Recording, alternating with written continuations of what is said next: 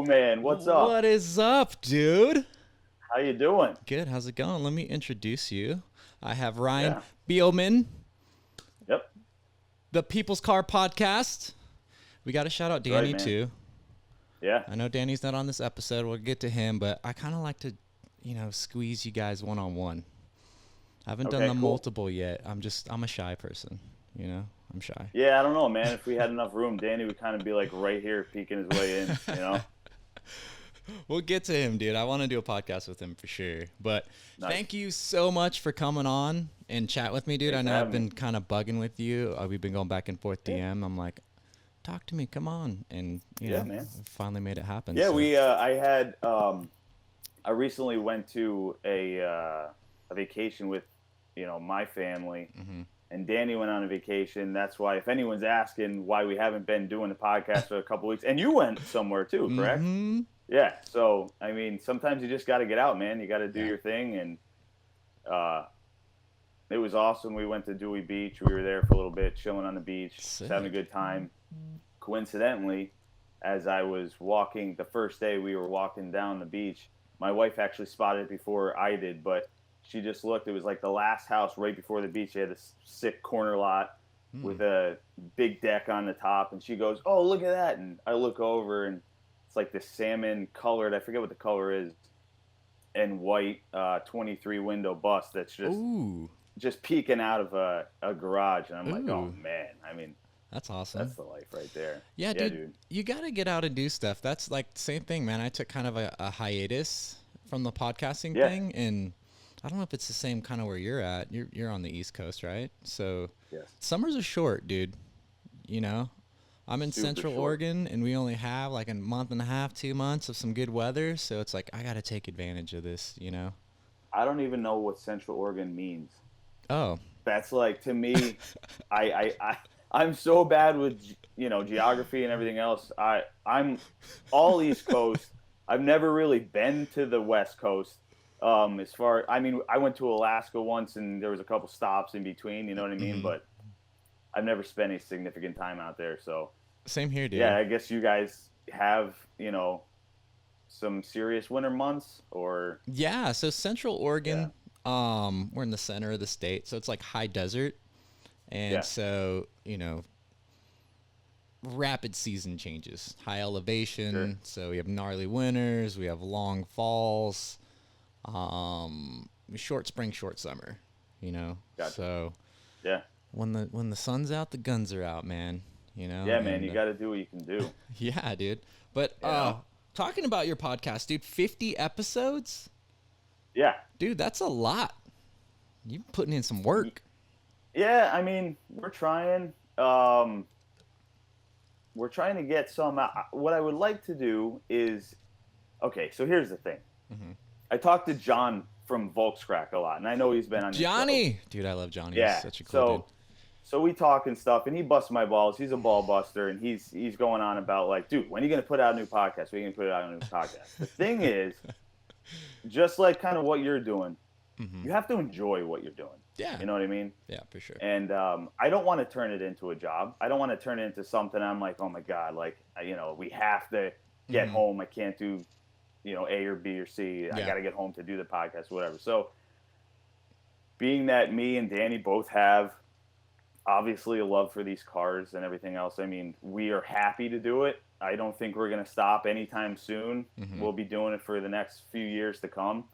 And That's awesome. when we get to it, we get to it. But it is on our priority list. So 50 podcasts. We've been doing it for about a year and we did it right in the beginning of COVID. We started. February. I think the first Yeah. episode. And if popped I up was actually February. got off my ass, I would have started this podcast like 2 years prior. Right? I've been telling Danny, Same, dude. like, dude, we got to get on. Yeah, we got to get on. We got to get this podcast going, and then you just do your thing. I always and had an life goes idea by. to do it, and I come from like I went to film school, so I come from like I know I wanted to do a video podcast. Yeah, And same thing. It's like there's so much like rich history, and there's so many cool people in our scene and in the Volkswagen scenes in general.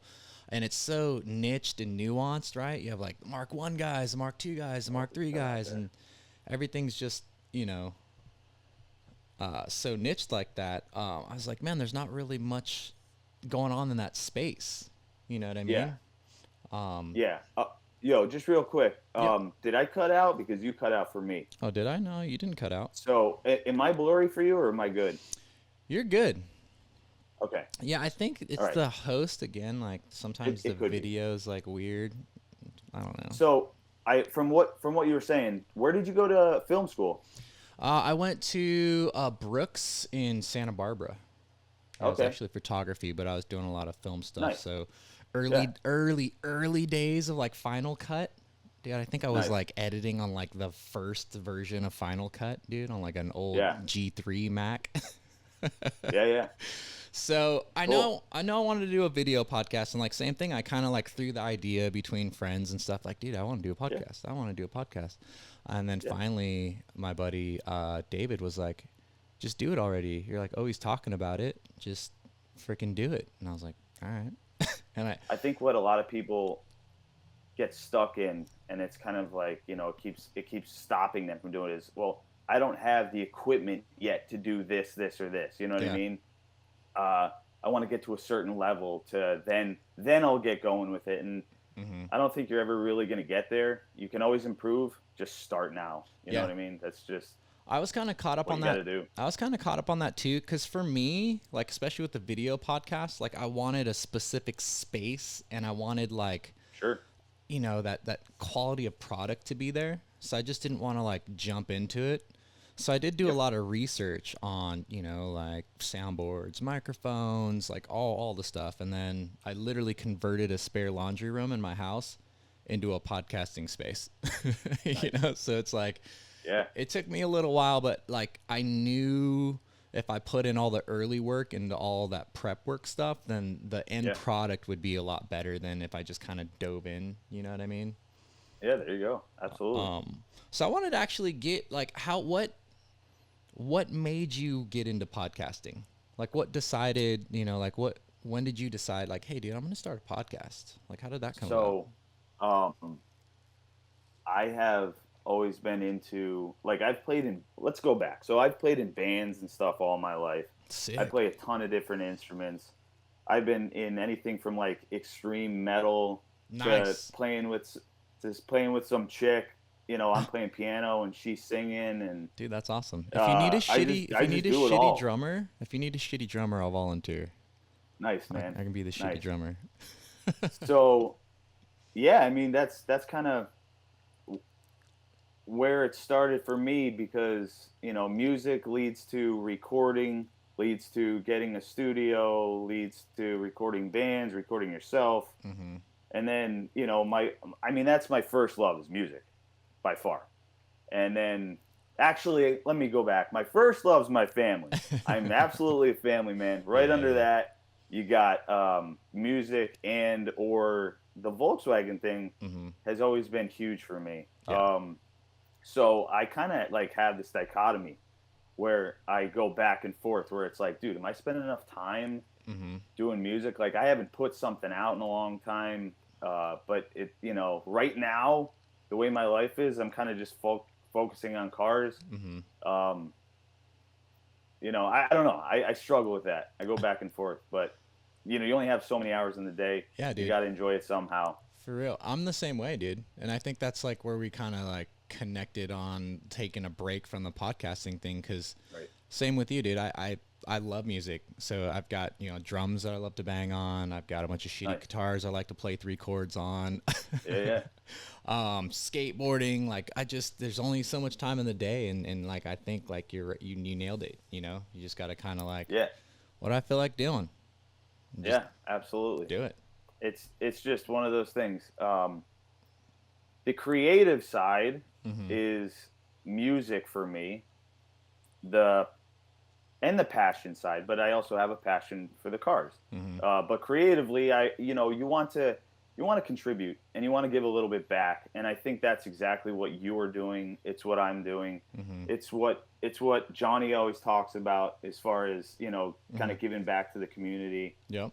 And you can be part of it, but if you're not, if you don't do anything to further it, if you don't want to give back, if you don't, kind of kick the can a little bit further down the road for someone else to enjoy. Right. I'm not going to say why aren't you doing it, but I mean, I don't know. For me, that I get something out of that. That's fun. Yeah. Yeah. I mean, everyone kind of contributes in their own ways, right? Yeah, absolutely. You just don't want to be that guy just fucking talking shit on the Instagram and Facebook. You just don't want to be that guy. You want to be someone who's adding to it. Are we having more technical issues? Okay, we're good. Oh, dude, sick. So that was it then. Just like the artistic outlet of just wanting to start the podcast. Obviously, the love for the cars like go into that, right? So you're just merging kind of two loves. Huge love for the cars. Mm-hmm. I can get, I mean, I could talk about music forever, and we could have you and I could have a podcast. If you're into music, I'm into music. I mean, we could go on a whole different thing.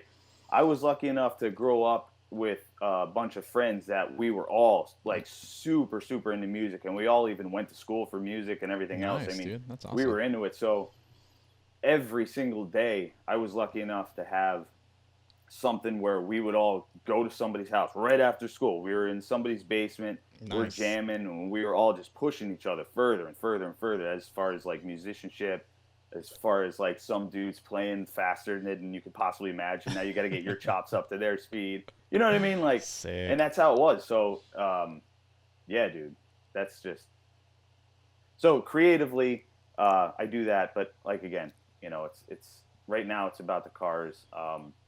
And our love for these stupid, goofy, quirky little things, man. So awesome.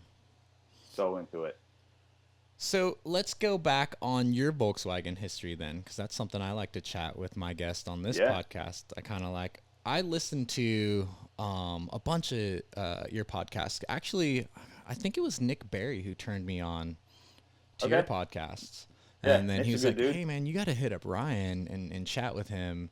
And then I checked it out, and I was like, oh, sick. And then I started listening to your podcast. So I've listened to a lot of the early episodes and some of the more recent ones. And what's kind of, and you probably experienced this as well. Like, I used to be a huge podcast person. I would listen to a ton of them. But then when you start your own podcast, it's like all of the time that you had listening to other people's podcasts goes into creating your own. So you kind of get in this, little, creative hole that you put yourself into. But I listened to the first episode, and I think it was a VR. I think it was a VR that kind of piqued your early water-cooled interest. Is that correct? So my early water-cooled interest, I would say, was, and you could check me back on those episodes and see if they actually, coexist together. I don't know. I think Mark III's is when I was in high school still. I don't know how old you are, but I'm 37. I'm 40. Oh. Yeah, dude, I'm old. So is Danny, man. Yeah, so you guys are right there with each other. That's Danny, cool. you're old. Yeah. So 37 years old. When I was in high school, the Mark III was still out, and I do specifically remember a couple Mark IIIs that were in my high school. One kid had a driver's edition, and just wailing on the thing. There was basically like a long strip right outside our high school, and this guy would take off at the end of the day, and whoa, and it's just like, oh my God, what was that? And then you start realizing, I saw Mark IIs around, I saw Mark I's around, but I guess the Mark III kind of really captured me in high school, and that's when I really, took an interest. And then a buddy of mine gets a Mark III, and then another buddy of mine gets a Mark III, then it starts, Mark III crew taking off from there. My first Volkswagen was a Mark III. It's a Mark III Jetta. I absolutely hated it. I wanted a Mark II. Like, I absolutely loved Mark IIs. I kind of got in the car. Like, I've always been in the Volkswagens. I grew up in an air-cooled family. So, like, my grandfather actually owned an air-cooled shop. He'd do, like, a lot of custom bugs and buses and stuff. So I grew up with Volkswagens. But I wasn't really into cars. I was, but I wasn't. I was, like, a skateboarder in high school. All I cared about was skateboarding. And then, once you start turning around driving age, it's like, fuck, everyone else is getting cars and I'm rolling my ass around on this fucking piece of wood, what I mean? Yeah. And I really wanted a Mark II, but the Mark II thing just didn't materialize for me. But it was probably the same at your high school. It's like we're into these weird German economy cars, and everyone else had like muscle cars. That was like the big thing in my high school. It was like if you weren't in a muscle So car, you're kind of like a so out in pansy. our high school, we were we got a lot of redneck kids and stuff Mm-hmm. here, and like it's all good. They do their thing, and I just went to a diesel truck pull because one of my buddies were pulling in it, and Nice. it's awesome, man. And everyone's like, everyone's got their thing, but we had a lot of trucks, is what I'm Mm, saying. okay. So we had some cars. When I was in high school, I was rocking a Dodge Stratus. Oh, So sick. yeah, not really, but It was a car, dude. that was it. I And figured yeah, just I mean, having a I car had in high that school was cool. absolutely, but there wasn't where we're at. Like, there's no Volkswagen dealerships anywhere around or Mm, whatever, and you know, um, you just didn't see as much. mm, And you just, there was like a couple Dodge dealerships. Everyone had like crappy, rusted, old yeah. American stuff, and I mean old by I just feel early like '90s or I whatever. feel I like started with an Intrepid, I I think. feel like all the car kids in high school, in my high school at least, had all of their dad's project cars Mm, that they've yeah, had for years and finally just yeah, got dude. running. It's like, all right, Tanner, there you go. Here's Yep. the keys to the LeSable or whatever it was, dude. The Yeah, the Le Buick Mans. LeSabre with. Yeah, Yeah, okay, that's what I gotcha. meant. It Yeah, was man. it was like muscle cars, dude. It was like seriously like American Graffiti at my high school. And I remember street races back in those days. Those dudes would like all go out. There's like this long road. I grew up, went to high school in like it was a small town, not much anymore. Livermore, Right. California. It's like 50 miles east of San Francisco. And Oh, okay. there's this long road in the middle, like out in the outskirts of towns, and all the kids every Friday night would go out there and drag race, and it would just be like a sea of muscle cars, and then every once in a while there'd be like a Civic or like someone showing up in their mom's minivan. You know Yeah, what I man. mean? Of course. It was a weird scene. And then I drove a Mark III 2-liter Jetta, and I was There definitely you not go. racing that thing. Yeah. What color? White Nice. My buddy. That was what he got. GL, Nice. white GL. Yep. White GL. The Hey, you know, perfect high school girl's car. exactly. You know what the thing that was rad about that car though? You could fit so many skateboards in that trunk. Nice. Literally, you and four homies, and then just I think I had skateboards, launch ramps, grind rails. We stuffed it all in the Oh trunk, dude. yeah, dude. Make our own skate Absolutely. spots. I would bring ramps and grind rails and stuff to school. We would like Nice. set up a skate park on the outside of our school and like skate at lunch. It was pretty rad. So the Mark III VR's got you hooked. That's Yep. what you got? That was your first water cooled Volkswagen was a Mark III VR? No. No? It was actually a Mark IV. So for the Mm. longest time, uh, I I was into Mark threes. I was into Mm. Mark threes. Couldn't find one. Couldn't find one. Searching around or whatever. And then I got a decent job. And then I started saving up. And my first car was actually a 20th. It was actually a Sick. Jazz Blue 20th. Yeah. Jeez, dude. And that was my. I drove all the way out to. I had a cousin that was going to school in Michigan, Hmm. and I found this car that had like 18,000 miles. I mean, it was like Dude. not touched. The thing was just absolutely mint. Still to this day, maybe one of the cleanest cars I've ever had. And it was just it was a kid that had it, and he was Mm. young, but he took super good care of it. And Dude. his dad, I remember, was in a. I think he worked in Detroit for maybe Ford at the time or something. But Hmm. so his dad had all these muscle cars and stuff, and he just didn't understand why his kid didn't, and his kid was then trying to, I think, get into the muscle scene. So he put it up on Vortex, and I was just looking around forever, and that came up, and I drove all the way out there to get that Mark IV, Sick. and then it's been like 40 Volkswagens since. You know what I mean? That started it, Hmm. and then I had that car, and it was so clean. I needed a winter car because the winter cars around here you just get destroyed. I mean, Northeast, you know how that goes. Oh yeah, they So get hammered. then comes my buddy has a 200,000 mile VR6 GLX Jetta that he wanted to get rid of. Bought that from him for my winter. And then things just got out of control after that. Nice, dude. That's usually how it happens, man. Especially if you have a bunch of friends that are all into it. Like, that's how I end up with half of my cars. It's like someone's getting rid of it. It's like, hey, man, I'm thinking about selling this. And you always get the homie hookup price, right? Like, I'm going to sell it for this much. Yeah, exactly. Yeah. I'm going to sell it for this much. But if you want it, you can have it for this much. It's like, oh, well, I'm going to have to buy it then.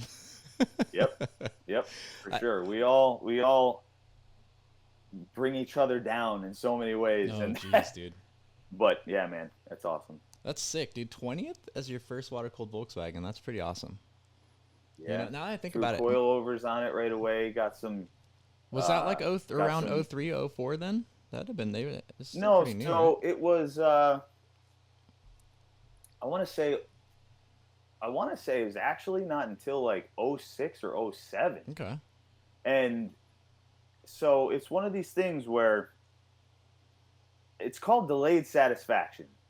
So, you know, you want something, and a lot of people, I guess, like the second they have $500, $800, $1,000, they're running for whatever they can find at that point. I've always been that kind of dude. It's like, I'm just going to wait out a little bit more until I grow a bigger base to get maybe something more that I wanted. I don't just want like the quickest piece of shit you can get to, and I want to actually enjoy it. I mean, I've had some piece of shits, but you know what I'm saying? Like I was just saving, and then it was just one of those days. And it wasn't that I was like a late bloomer or anything. I wanted a Volkswagen for 10 years before that, but I didn't have the cash, and I was running around with the Civic because, you know, I was going to high school and then I was going to college and everything else. So I kind of waited. I actually did the responsible thing. Nice. I waited. I got a job. My dad always drilled that shit into me. He's like, you want something nice? He's like, you fucking wait for it. And, you know, and it was just one of those things where that's what I did. I waited. I took his advice, and then I got something like that. And then I started, like, backpedaling. So it was like, all right, the Mark IV is cool. Always wanted a Mark III, but I just went straight to a Mark I. I was just like, you know, if I'm gonna do this, like, I love the older shit. There's something so special about like these quirky little cars. I was just talking to my wife today. Taco Tuesday, by the way. Did you celebrate? Of course, dude. It's me. It's taco every day. Okay, sweet. So we're eating tacos, and my one daughter has this little bag of they're called Real Littles or something, but basically what they are they're just like little miniature versions of, say, like Pop-Tarts or Rice Krispie treats or something, and they're not real. It's just like these little toys that you play with. And I said, why does she like that so much, right? And Steph's like, because they're little. There's something about being little. Like a miniature. And I'm like, yeah. And then she goes, well, that's why you liked your Micro Machines and everything else when you were a kid, you know? Because I was all about Micro Machines.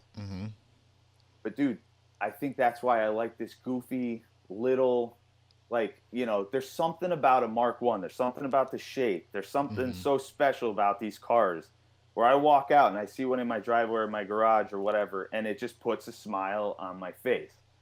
Agreed. It's just something so special about such a quirky little goofy thing, but like it just brings so much happiness to me, you know? I share that. I've had probably 20 Mark I's. Holy shit. 15? I've had like probably 30 something cars, but there's like a mix of a bunch of stuff in there. But I found Mark I's later. So my first car was my very first car was a shitbox. Was like a Mercury Topaz. I think I bought like for like $500. Spray painted it black in my driveway. Smashed that around. And then I wanted a Mark II when I started getting into cars. I was like, I want a Mark II GTI. That was like my, you know, car I wanted at 17. Didn't get that. Did the responsible thing. My mom took me to a dealership and was like, you're going to start building your credit. All right? You're going to get a car. I think this was right when I turned 18 because I was a little late. Again, I was a skateboarder. Skated everywhere. Didn't really care. She's like, you're going to start building your credit. So we went to a used car dealership. I got the Jetta GL because it was either that or a Cabrio, and I wasn't going to fucking drive a Cabrio even though they'd be right. Yeah. Built my credit, and then my second water cooled Volkswagen was a Mark IV R32 because I drove the Jetta Nice. around forever and did the same thing Nice. you did. I got a job, you know, kind of was going to college, got into a trade school, and then started making money, and then was like, well, I'm going to save up for the, you know what? I actually wanted a 20th. I almost bought an Amoliola 20th. Okay. I was like in the dealership, like I'm driving away in this thing. I'm done with the Jetta now, and the dude was like, hey man, Mark IV R32s are like a couple of months down the road. Like, Yeah. if I was you, I'd hold out. I'd put you on the list. I'll give you a call. I was like, all right. Yeah, man. So that was big bucks back then too. oh, dude, I think I was. That was a big deal. Shit, how old was I when I bought that car? Like 22, 23, Okay. something like that. Yeah. And dude, it was fucking rad to show up because I was the guy who would show up to these Volkswagen meets in it was like a piece of shit Mark III. Like I cut the springs, Sure. I pulled the hubcaps off, right? Yeah. It Yeah. was a GL. No one gave a shit about it. Right. And then like, yeah, I'd show up to the meets and then like driving into a Volkswagen meet in a Mark IV R32 for the first time, like literally was the most insane thing ever. It was like the whole parking lot just stopped and everyone surrounded the car. I couldn't even drive in. You're like immediately a different person. Dude. You know what I mean? I made this joke before, but people were like, hey man, hey, what's your name? Hey, I'm like, dude, I've been to this meet like 10 times now. 15 times. Yeah. Yep. It was so crazy, dude. Dude, quick story what color was your R? Deep blue pearl. Okay, cool. So I've had 2 R's so far. You've got a reflex I have one right now, right? Yeah, I got a reflex one right now, and I had a tornado red one, which I absolutely loved. Should have never sold that. That's one of my biggest regrets. Just Same here. love that car. Love the color. I remember my buddy showed me. Now this is like going back before YouTube. He pulls up this thing that he downloaded from Kazaa, right? Kazaa, dude. he's LimeWire and Kazaa. Yeah, man. So he's like, yo, check this out. This thing is called an R32. It's in Europe, and it's coming here like next year. And he's showing me this thing. We're in an apartment together down near Philly, actually. And I was just blown away. I was like, holy shit. I mean, and I said to myself, like that day, I remember, I'm like, I will absolutely own one of those. Like, that's just unreal. And I was so excited. I remember when the dude told me, the dude at the dealership, I think I remembered his name for the longest time because I went back and bought the R32 from that same dealership. He was kind of like, dude, Mark IV R32s. I was like, oh, really? And then that's when I started like kind of doing some research, but I started getting into like PVWs around that time. So this is like 03, you know, rolling into 04. So I started getting into like PVWs and Euro tuners and all the mags at that time, like starting to really get into it like heavy, you know, like religiously, like, oh, well, you know. And then I would start seeing the R32s in the PVWs and be like, oh shit, that's the Golf the dude was talking about, you know. And I remember when he called me, I think his name was Sean. I'm like at work one day and I get a phone call and it's like, hey Ryan, it's Sean from Dublin Volkswagen. We got 2 R32s coming next week or in 2 weeks or whatever. And I was like, oh shit. I think they were getting a Black Magic Pearl and a Deep Blue Pearl. And he was like, they're going to show up on this day. Like, you know, come on down if you're still interested. So I like took the day off of work and I like went to the dealership and was like hanging out and like saw them come in on the delivery truck. And they're all like wrapped up, Big dude. deal. And they're like pulling it off. And like everyone in the dealership was out in the parking lot. Because it was a big deal, dude. You know, all-wheel drive, let's talk about VRs. that for a second.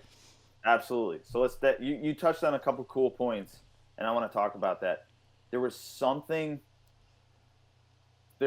so special about that time and like those cars, because I'll give you an example in a minute, but I remember like I'd be driving around the streets, you know, of Philly with my buddies or close to it. We were down in, it's called Bucks County, a little bit north of Philly, but we were down there for a couple of years, and you know, you'd see an R32 and it was, you know, in 04 or 05, and I mean, you'd stop dead in your tracks. You'd be like, yo, it's an R32, you know what I mean? And then you'd hear it, and you'd be like, Jesus Christ. Yeah, it's just something so special about that time.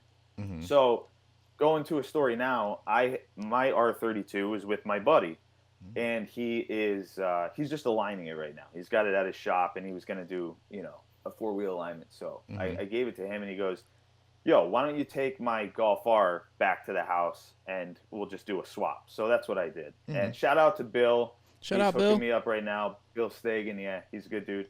And he's a good dude. So he's aligning the car, and I took so I took his Mark 7 Golf R back home. Sick. And the first thing I did was got on the highway, and I got on it a little bit. I mean, I'm not beating the shit out of Bill's car, but I got on it to see what it did. I never drove a Mark 7 R until last night. They're rocket ships. It is an absolute rocket ship. And it's rowdy as far as, like, he's got all kinds of bolt-ons. He's got a crazy loud exhaust and everything else. But it's still different. Bill, I'm not talking shit. It's still different. It's not the same. It's not as visceral for some reason. It really isn't. And it's like, as a tool, the thing is awesome. Right. As a daily driver, the thing is comfortable. I was astonished how from like 50 and just, tapping it, and all of a sudden you're at 70. You're like, Jesus Christ. I mean, like I said, he's got a bunch of bolt-ons and stuff. The thing moves. It's quick. But the sound isn't there for me. There's something about the feel. It's just like, I don't know. And I don't want to say that Volkswagen lost their way. I don't like saying stuff like that because they really did. I mean, they didn't lose their way. They're doing what everybody else is doing, and they're putting out a good product. Yeah. Like, that car is no joke. It's a nice car. Yeah. It's just the technology, dude. The technology is so insane that they go into these cars, but I think that's what kills the soul of the car, if that makes any sense. And we talk about that a lot on my podcast where, and I want to talk about it to death, but there's something special about the Mark 1, the Mark 2, the Mark 3, some of the Mark 4s, the early gen, TTs, the Passats, the Scirocco's, the Corrados. Like, there's something so special about all that stuff because there's a bit of drama there. There's a bit of, like, it's not perfect. The R is perfect. Yeah. There's nothing I can do to say it needs to be better. It can't be. It's fucking perfect. Yeah. And that's But the R32 is not perfect, but it's fucking awesome. You know what I mean? So awesome. Yeah. I share that same sentiment. And that's my buddy Chris, my good friend Chris. He has a Mark 7 Golf R. I had a Mark 7 GTI, like right when they first came out. No sunroof. I did like a GIAC tune on it, intake, exhaust. I think I did the DSG software, whatever stuff it was. And it was a rocket ship, but it was, like I said, it had no soul. It moved, it was quick, but it had no soul. Like the Mark IV R32 was like just all encompassing, right? It had the noises, like you said, it had the imperfections, but that's what made it such an awesome car. And that is the one car, like I said, we both owned fucking hundreds of Volkswagens, but the Mark IV R32 is like the one car I regret selling, and I had no reason to sell it. I had absolutely no reason to get rid of it, but I kind of ruined mine. I was like one of the first. I was one of the first people to bag a Mark IV R32. That's all right, man. I was hated on so much on the Mark IV R32 forums on Vortex. Yeah, I remember that was kind of a little bit of an elitist group, until we're still good. Are we still good? Okay. Yeah, we're good. Okay. You cut out for sometimes you cut out, but I'm still good, I guess. Yeah. But anyway, yeah, it was a little bit of an elitist group. And then, you come in with that certain kind of attitude and you bag it and say, fuck it, this is what I'm doing. This is what it's about. It's all good, man. Yeah, there was a bunch of, I think back on it, right? Like back in those days, like if you weren't doing motorsport shit to a Mark IV R32, you got pretty hated on. But like I hung out with a lot of Mark IV kids, the Mark IV GTI kids, and I was influenced heavily by like the NFJ guys and all like the NorCal Mark IV scene and all that stuff was going on, and they were like all about like, like aesthetics, like shaving cars and like super clean and Euro look and super low, and the air ride started to pop. I was like, well, no one's really doing that to R32s right now. Right. You know, there's other guys bagging R32s, but they still had like a motorsport theme to them, or they Okay. still were like motorsport-esque. I was like, I want to do like a Euro look Mark IV where I like shave everything and bag it, but it's an R32. You know what I mean? Yeah. And people didn't like me for it. And hey, that was what you want to do. It's all good. Nowadays, I almost got another Mark IV R32 like a month ago, and it was deep blue pearl. It was bagged. There's two of them. Yeah. There's one that was completely clapped. I was going to try to like save it, and then there's another one that was pretty clean that was already bagged. But if I were to do it all over again, I would like, and this is going to be impossible because I'll never be able to afford it, but I would almost want one just completely stock. You know what I mean? And just not It's kind of Aristos, the way I'm going. just Yeah. stock. And I would just... It's kind of the way I'm going with mine. Mm-hmm. You know, it's lowered. I'm just doing, it's all about like kind of suspension, setting it up like the way it should be. Mm-hmm. And as far as the exhaust, like you get rid of the one pancake pipe in there and you put a little straight pipe there, and then you just open the flapper mod. Yeah. That's all those cars need. That's it, Sounds dude. amazing. And to me, like, I don't know, that's the way to go. I'm looking at pictures of it. Yours is pretty clean, dude. Are those Aristos? It's black Aristos? Yeah. Yep. Sick. And then you got like the rub strip on the side blacked out. No. Well, yeah, it was blacked out. If you look at one of the later ones, I'm trying to clean it up. I picked it up and I actually thought it was kind of like a little bit ghetto version of the R. Gotcha. So I'm trying to start putting it back there to we go. Newer. More of a okay, stock so look. Back to like the stock finish Aristos. Yeah. Did you knock it and repowder coat them? So I just got different Aristos from some other dude. I got rid of them. They got were rid of the trash. black. Got rid of the black mirrors. Yeah. Is that a Cupra R lip? Yep. Sick. That's like one of the OG Mark IV R32 mods. And it just looks good. Yeah, you know? Dude. And I mean, I'm just enjoying it. Dude, that's exactly. We'll keep all the crazy stuff for the Mark I's, I guess. I mean, I think back in those days, I was in my 20s, right? And I was heavy in the scene, so I wanted to like be one of the dudes, like kind of being different. But now, as I'm age, it's like I would just want a stock Mark IV R32, dude. It's perfect the way that it was. You know what I mean? I might throw it on coilovers and lower it a tiny bit, but that's it, dude. Well, maybe I'm just old now. That's really clean though. So when did you pick up? That's your second R32. Your first one was the Tornado Red. Yeah, I picked up my first one in 2010, I believe. Okay. What happened with that car? So I had it for 2 years, and then I guess my thing was like I always wanted to just keep experiencing other things. Mm-hmm. I got a Corrado, a VR6, a 92. Sick. And I was just like, you know what? I only had a 2-car garage ever. Mm-hmm. And if I kept filling it, I didn't want cars sitting outside getting wrecked, especially in the winter. Mm-hmm. So I'm just going to get rid of the R. I'm going to rock the Corrado for a little while. Dude, I think I had that Corrado for like 6 weeks or something before I put it up for sale.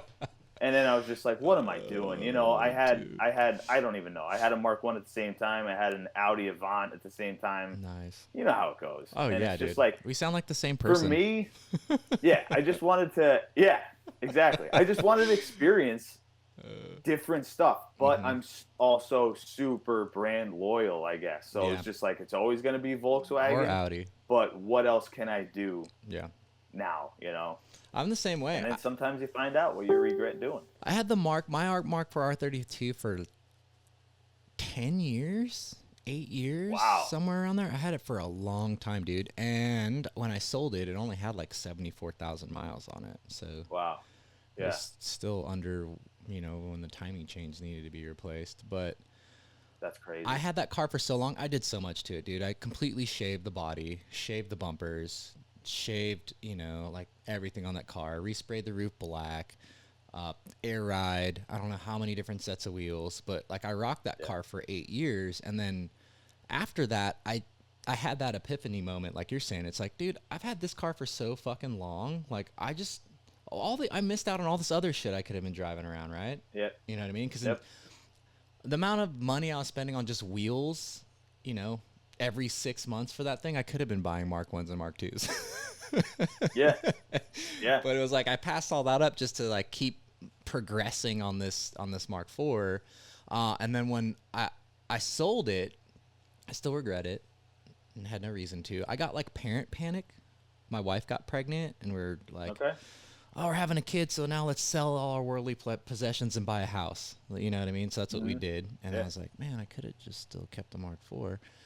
But yeah. you know, I had a JSW, Mark 6 JSW back that, had a Mark 7 GTI, did a bunch of stuff to that. And then I started rolling on the in between that time, even when I had my Mark IV, I did have a couple Mark 1s. So I had like a 78 Rabbit, I had a 83 four-door, I had an 83 GTI. It was an old New Speed car that I found in Santa Cruz, California. Had a ton of New Speed stuff to it. It was resprayed like that Corvette, that 80s Corvette yellow. Oh, okay. So I had a couple Mark 1s, but like nothing like crazy. It wasn't until after I got rid of the R, and then by that time, you know, I'm a full-fledged adult, and you know, we're in our careers, and we have all this more expendable income, I should say. Right. And that's when I just started going crazy, dude, and it hasn't stopped. Exactly. Like my friends are always like, I'll pick up a new car, and they're like, well, you'll have that for like 2 weeks, or you know, and I always get like some joke. I'm like, I'll be like, I'm gonna do this, I'm gonna do that, and they're like, no, you're not. You're gonna sell it. Yeah. I'm in the same boat, man. Actually, so this is my thing. So we're in a rental house right now because the housing market got crazy here. Oh yeah, we dude. sold our it's crazy house everywhere. Yeah, exactly. It's crazy everywhere. So we sold our house, and we're gonna build another one eventually. But this is my long-term project is, you know, not only the house, but it's gonna be a decent sized pole barn or a garage or something else. And at that point, like I just want to start acquiring more, and I don't want to get rid of so many, because that was always my thing. It was space. You know what I mean? Space, dude. That's the killer. It is. But you work hard for it, and then if you get space, you know, like, enjoy it. So that's what I'm trying to do. Dude, I'm right there with you. Me and my buddy Chris we're trying to get like a warehouse space or a shop space where you can just kind of tuck our projects, get a lift. Because I'm trashing my garage, dude. I can't tell you how many motors I pulled and just got fucking coolant and oil and shit all over everywhere, dude. I'm just done working on cars in my garage.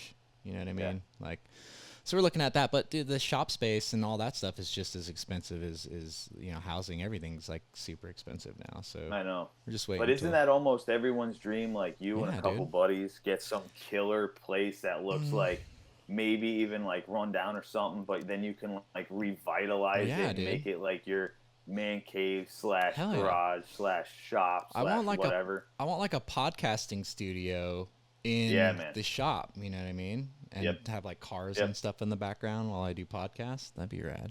Yeah. Let me see. Same with us. I mean, that's our plan. Once we put up whatever I will be putting up in the near future, hopefully, I want the podcast to be there. I want everything. You know what I mean? It's just like, that's dreams, man. Dreams. Yeah. So, heard some of your past cars. What you currently got the Reflex R. And then snooping on your Instagram, are you doing an ABA swap Rabbit? Yeah. Late Westy? Yeah. So, yep. I have 4 cars right now that are like, that mean everything to me as far as, you know, current stuff. I got the Touareg for the daily. It's the safe one for the kids. It's the tow pig. It's everything you need it to be. Perfect. It's the TDI. It's a TDI. It's a T3. The thing is just friggin' awesome. It's got awesome, you know, miles per gallon, but it's still like can haul whatever you want it to. I have the R32, and then I have 2 Mark 1s right now. One is that red 82 that you see, which is down. Shout out to Becker. He you know Becker from Becker Junk Styles, and he's actually putting on a show coming up, his junk food meet, so everyone go check that out. But so he is my wife had, well, I guess still kind of has, not really, it's in pieces now. It was a 92 Cabriolet that I got her. She drove it twice, in the 5 years that we had it. So that was kind of a waste of time and money. But so I said, you know what? Like, I'm either selling this or I'm going to just chop this thing up. You ripped into And it, then, didn't you? yeah. So a dude from work, we're walking down a hallway, and Mm-hmm. he's like, what'd you do this past weekend? And I said, oh, I went to a Volkswagen show. He goes, you're into Volkswagens? I said, yeah. He goes, you wouldn't happen to be into like those dumb rabbits, would you? I'm like, what do you have? I want it now, you know? So he goes, my aunt has this 82 rabbit, and it's red. And I said, what's the interior? Sick. And he goes, red? And I was like, where's the car? You know? So I go and find it. It's about an hour away from me, and it's the quintessential story that you hear from everybody. It's literally this older, super sweet lady Mm-hmm. that had this car, and it was used to go, like, she just went to church, she went to the grocery store, she never left town, and the thing had 37,000 miles on it. Like, just really nice. And it, 37,839 is what the odometer read in this yeah, there you picture go. that I'm looking at. That's Yeah, crazy. exactly. So that car was in a barn, and she pulled it out, and you know, it was a little, the engine was a little leaky. It's a carbed 1.7. Mm-hmm. So being that it's a late Westie, I don't know if I'm gonna hurt anybody's feelings, but being that it's a late Westie, like, I've never been super into the late Westies. I'm Save the totally squares, like bro. Save the squares. I'm all about round cars, the round headlights. I see what you're getting at. Or early Westies. I'm all about early Westies Mm-hmm. too. Yep. Late Westies didn't do It's the fenders, anything for man. me as far as rabbits went, but fenders. his caddies, I love them. Mm-hmm. But anyway, the story was too good to pass it up. And my wife's car already had coilovers on it. It had a JH ABA, but that was like, you know, starting to have some problems. It had the manual swap I needed, the exhaust, the this and that, whatever. So we started taking stuff from her car, moving it over to this 82, and hopefully within a few weeks the car will be done. Becker's working on it right now, and I'm just gonna rock it, man. It was just too good of a story to. I got it for $1,000. The lady was just like, give me $1,000. So it was like, done. For under just 40K. Awesome. And I already have all these parts in the other car, so we're just moving it over, and you know. So you're gonna do the headlight swap? Just make everybody mad. You're gonna do a headlight swap? No, I won't do the headlight swap. It deserves. Hey, man, I live in Pennsylvania, so we got a little bit of pride there, you know. You're selling the Clipper kit though. Yeah. Yep.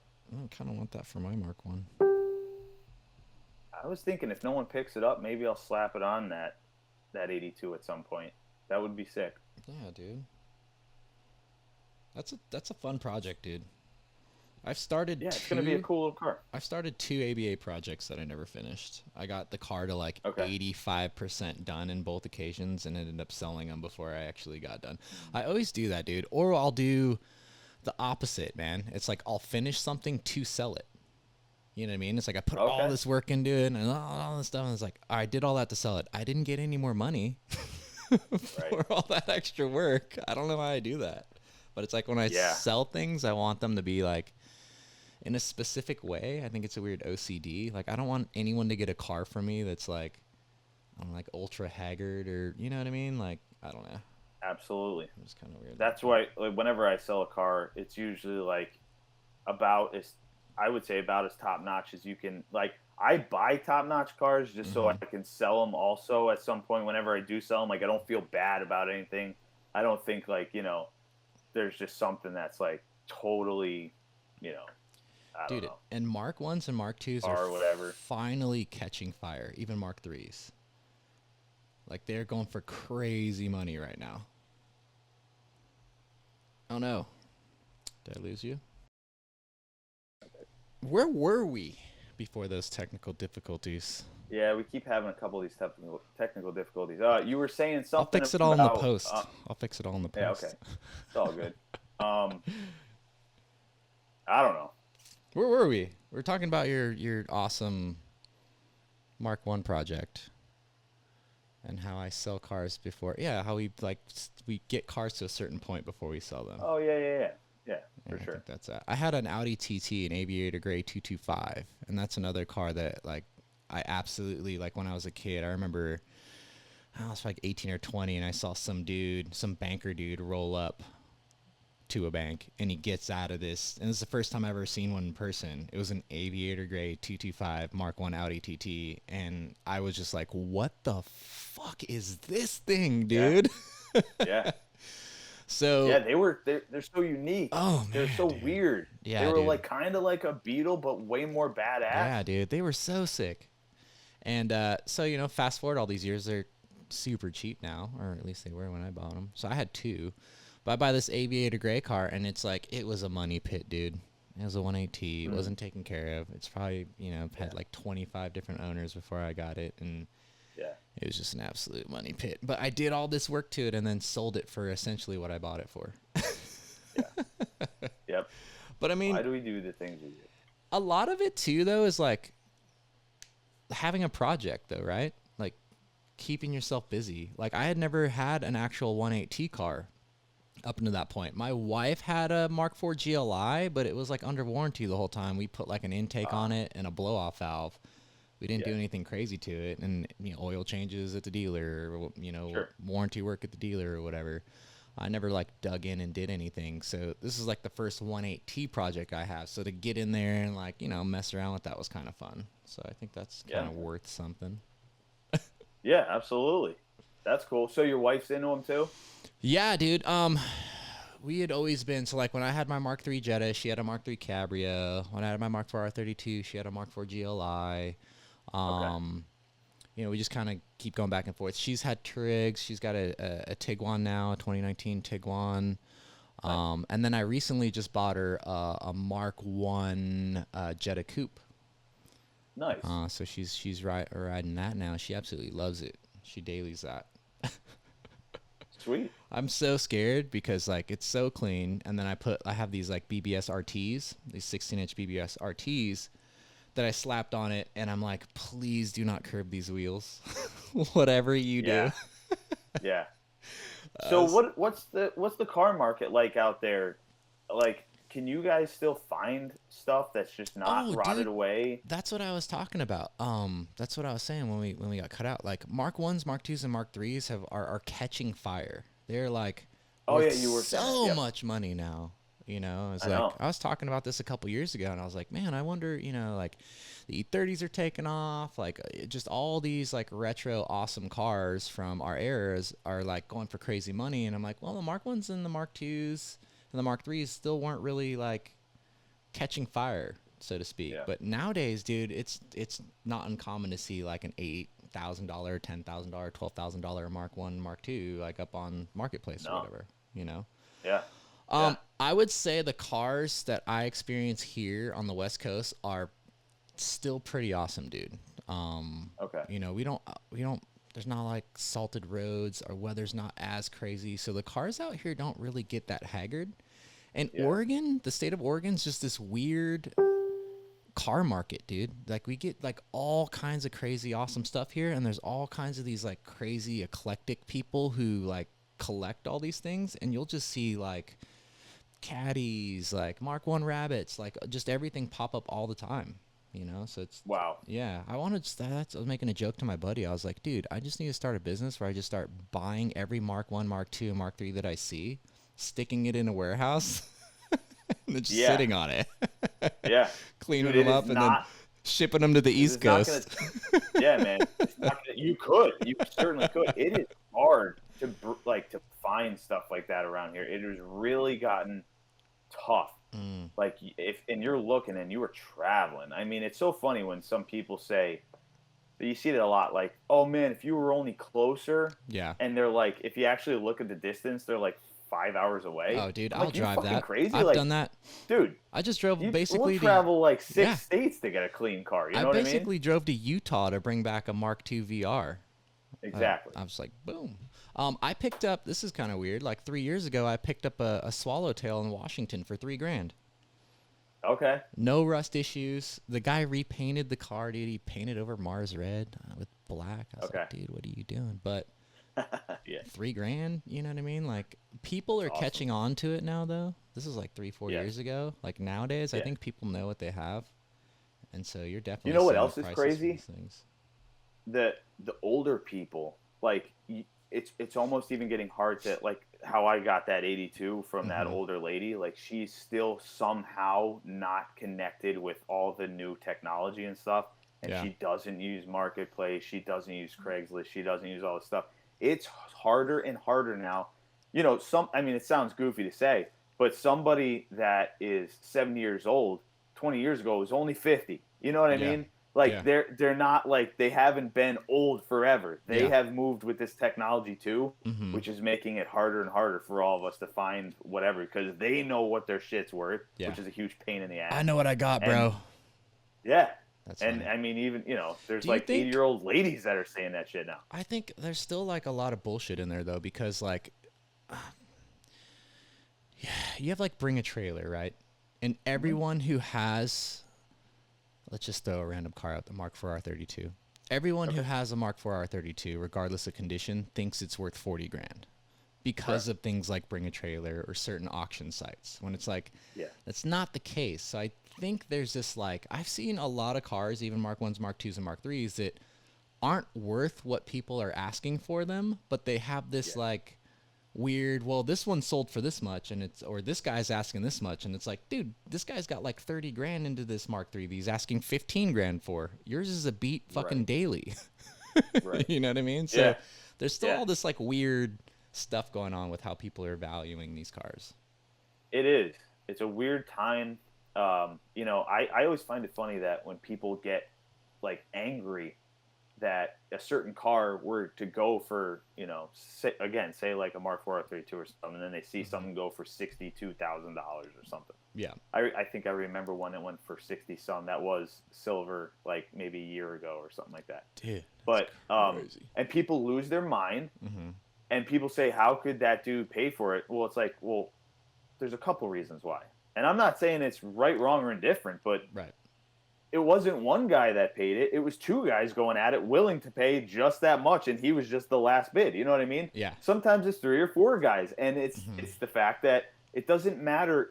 People say, "What else can you get for 62 grand?" Who gives a shit? That's what they want, wanted. and they Yeah. have the money. Yeah. So they're going back and forth, and it's a weird thing, man. I get both sides of the story. Yeah.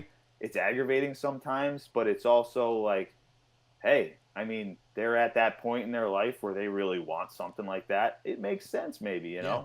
Well, I mean, if you have Who am I to money, say it doesn't? right? If you have the money, let's say someone has like sentimental value that they put on a specific car that's on Bring a Trailer, and they air quote overpay for it.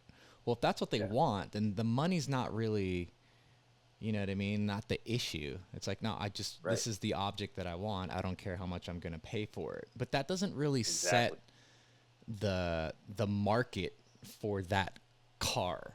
You know what I mean? I think people get Yeah. confused with that, and they go, "Oh, this sold for this or this sold for that," and it's like, well, dude, that's not. I hate it when people get those things conflated. Like, That's a really good point. yeah, That's a really good point. Just because there was one sale, that's not setting the market, and right. that does make sense. I've never really heard it been put with those exact words, and Yeah. that makes a lot of sense. Yeah, and I think people conflate the two, and that's what frustrates me. But it's like, well, this one car sold for this. There's probably circumstances, and it was also a clean fucking car, right? Yeah. Probably top Yeah. 5% example of that car, whatever it is. But then, like, the markets always seem to shift based on that. It's like, well, this car sold for this, so I'm gonna, like, put a number on what I have, even though it's nowhere near what the car, the condition or whatever. And it's just like, I hate when those things start to intertwine. But I don't care if someone pays 70 grand for a clean Mark IV R32.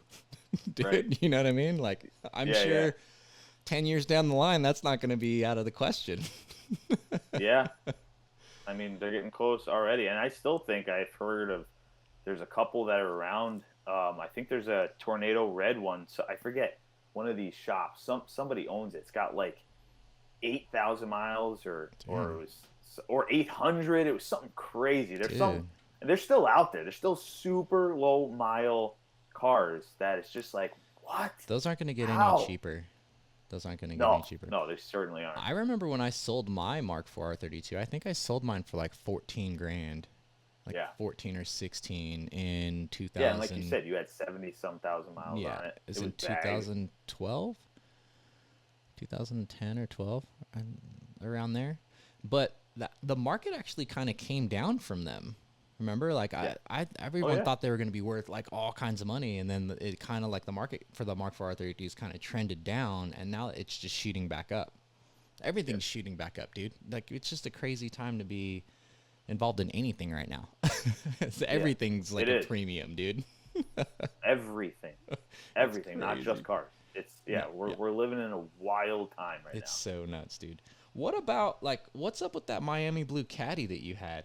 Is that Miami blue? I always get the colors. No, that was Lago blue. Lago. Why am I sleeping on the Lago? That was a sick. What happened to that thing? Because I was scrolling through your Instagram and I was like, why would you sell this? Yeah, I know. I kind of asked myself that as well. It's just another one of these things. So how did it go? So I just bought a Bynum build Mark II GLI. Sick. And it had a VR6 swap. It was also tornado red. It was a beautiful car. If anyone knows who Jeff Bynum was. Top notch. Yeah, all his stuff was awesome. And if you scroll through there somewhere, there's a picture of both that truck and that car sitting there. In retrospect and hindsight, I kind of look back and I say I made the wrong decision because I had a buddy, his name was Sean, and he was building that truck. Mm-hmm. And I always said to Sean, dude, whenever you're done with that, you let me have the first crack at it, and I'll be all over that thing. And he did, and then I bought it, and it was basically like the guy took it down to bare metal. They did all kinds of work to it. They did all kinds of body work to it. He did paint, suspension, wheels, everything, but he didn't know where he was going as far as the engine bay went. Mm-hmm. And it was basically a 1.6 turbo diesel out of a Mark II that was swapped in there. That was almost like as far as I'm concerned, it was like a temporary engine until either he figured out what the actual power plant should have been and how the engine bay was going to go, because it was just like the truck bed liner stuff that was thrown in there, and it was just like, not totally finished. I bought it. I stupidly sold the Mark II, and then I was going to focus on the truck, and I forget what happened. There was like 2 other cars that came into my life, and then I started screwing around with them. Before I know it, it's like 2.5 years later, the truck literally moved like 3 miles. Like I went up and down my road with one of my daughters in it or whatever. I pulled it back in, and I'm like, I got to get rid of this truck. Like I'm never going to get around to doing anything with it. I never figured out where I was going to go. I was all over the place. Like, should it be a ALH swap? Should it be a 1.8T swap? Should it be like a 2.5 swap and, something crazy? I was just all over it. And then sometimes I just flip a switch. And I'm like, that's it. I'm done. It's been sitting here too long. I haven't touched it. It must mean something. I know how that feels, dude. It's like you walk into your garage and you're just like, why are you still here? Yeah. Why are you here? I don't know. That truck's beautiful. I found a picture of that Mark II. That thing's ridiculous. It's on the snowflakes, right? Mm-hmm. That was a great car. That's down in Rally Lights in Florida now. And, You've had some sick rides, dude. Thanks. Props on that. So, as far as like my mentality with cars, as far as working on them and like I'm not one to take something down and just do like an engine swap myself or anything. Mm-hmm. My mentality is like I have other stuff that I'm also into, like we talked about. Yeah. Music. I got, I'm somewhat into guns. I'm somewhat, there's a bunch of different things that I'm into, and for me, I'd rather somebody else that has put in the time, that's that has the skill to take care of it. Now, like if it's me, like with Danny or something, I just need to throw on some coilovers on a car, or I need to change a start or whatever. Like I'm not gonna run away from that. But if it's like this super involved stuff, the way I see it, and we kind of touched on it a little bit, if someone's spending all this time and money into the build, especially if it's something clean that you know is like quality, dude, you like buying a build car. Like I bought that thing for like $8K, and like it was just like, you know, some people might go, "Oh, you overpaid." Not nowadays, you know what I mean? No. Like, and that thing, you would have spent. Like, build the car. Go ahead. Try to build that car for what's in it. I mean, it was a beautiful paint job. Everything was fucking sorted. Like, the car was just, you get in and you drive. And that's what I truly enjoy doing, is like enjoying these cars. For me, it's driving them. It's getting them out there. It's taking them all over the place. Like, not having them on jack stands in your garage for 2 months while you play the guitar. And I'm not talking shit for people that do have them on jack stands forever and they're doing doing stuff. It's awesome. Good for them. It's just like not my thing. You know? I'd rather enjoy the car driving than enjoy it wrenching on it. As I get older, that's the kind of the mindset that I'm taking on, right? Because you know, being a Mark IV kid in the early days of like the whole scene thing, I didn't do a lot of the work to my own car, but that was like one thing that I always wanted to do, which is why Mark I's and Mark II's and Mark III's were so appealing for me. So I could get an older car and you could have a really minimal amount of tools and stuff and a jack and essentially take the entire car apart, put everything back together. And so I started taking on all these projects and I was having a lot of fun with it. But, you know, like you said, like that time could be utilized for other things. So like when my whole, you know, I have a son and the family stuff starts to happen, it's like, well, I don't really want to spend all this time in my garage doing these engine swaps and doing this or that. Coilovers, fun, you know, like aesthetic work, bolting on like lips and flares and stuff like that. That's always fun. Changing the look of the car in a weekend, you know what I mean? You get like some beater Mark I. You throw some wheels and suspension and some cool Mark I bits on it. Like, that's fun. Anything outside of that, I'm like, nah, I don't have time for this shit anymore. Well, so it's funny that you say about time and how we're getting older, right? Like, time starts actually meaning something to you. Yeah, dude. Like, when you're younger and you're skating around and you're doing whatever, it's like, dude, you have all the time in the world. And if you're not doing anything, if you're just sitting on your ass watching a movie all day or whatever, who cares? Right. But now, with kids, with a wife, with a house, with responsibilities and all kinds of stuff, I mean, with aspirations to do other things, like, you only have, I mean, life kind of starts like getting real. Yeah, dude. It's like you only have so much time in a day. Yep. And you got to kind of choose it wisely. If that's what you want to do, if you want to be busting your nuts, like, you know, ripping something down and building it back up, good for you. That's awesome. We need those people, though. I love living vicariously through those people. Like, there's so many awesome people out there who are building cars, who are great engineers, who like live for that stuff. I'm not that dude anymore. I was trying to be like, I want to build like something, you know, and then I'm just kind of like, I'm good. Yeah. Let me tell you what, like, well, actually, let me ask you first. As far as Volkswagens go, is there any more aspirational anything? Like, I don't know if you ever got into anything, like if you're into any air-cooled stuff, or if you got into that world at all. Is there anything that you haven't experienced that you really want to go for? Dude, I really, really want a Corrado. Sorry, Corrado. Okay. It's like one of the only water-cooled Volkswagens I've never owned. Yeah. So finding like a super clean SLC would be sick. Air-cooled stuff, I don't know why I shy so much away from air-cooled stuff. I love air-cooleds, but I haven't come around to where I really want to start owning them or messing with them yet. Gotcha. But I appreciate them. I love the shit out of them. And actually, I've been getting into like all these weird vans, you know, like the T3 transporters, like the T4. I just picked up a Eurovan, like the Dokas, like all these weird, you know, Volkswagen vans. So I would really love to own like a Synchro T3. That would be like, you know, like a good aspiration for me. Dude, talk about some inflating prices No as well. shit, dude.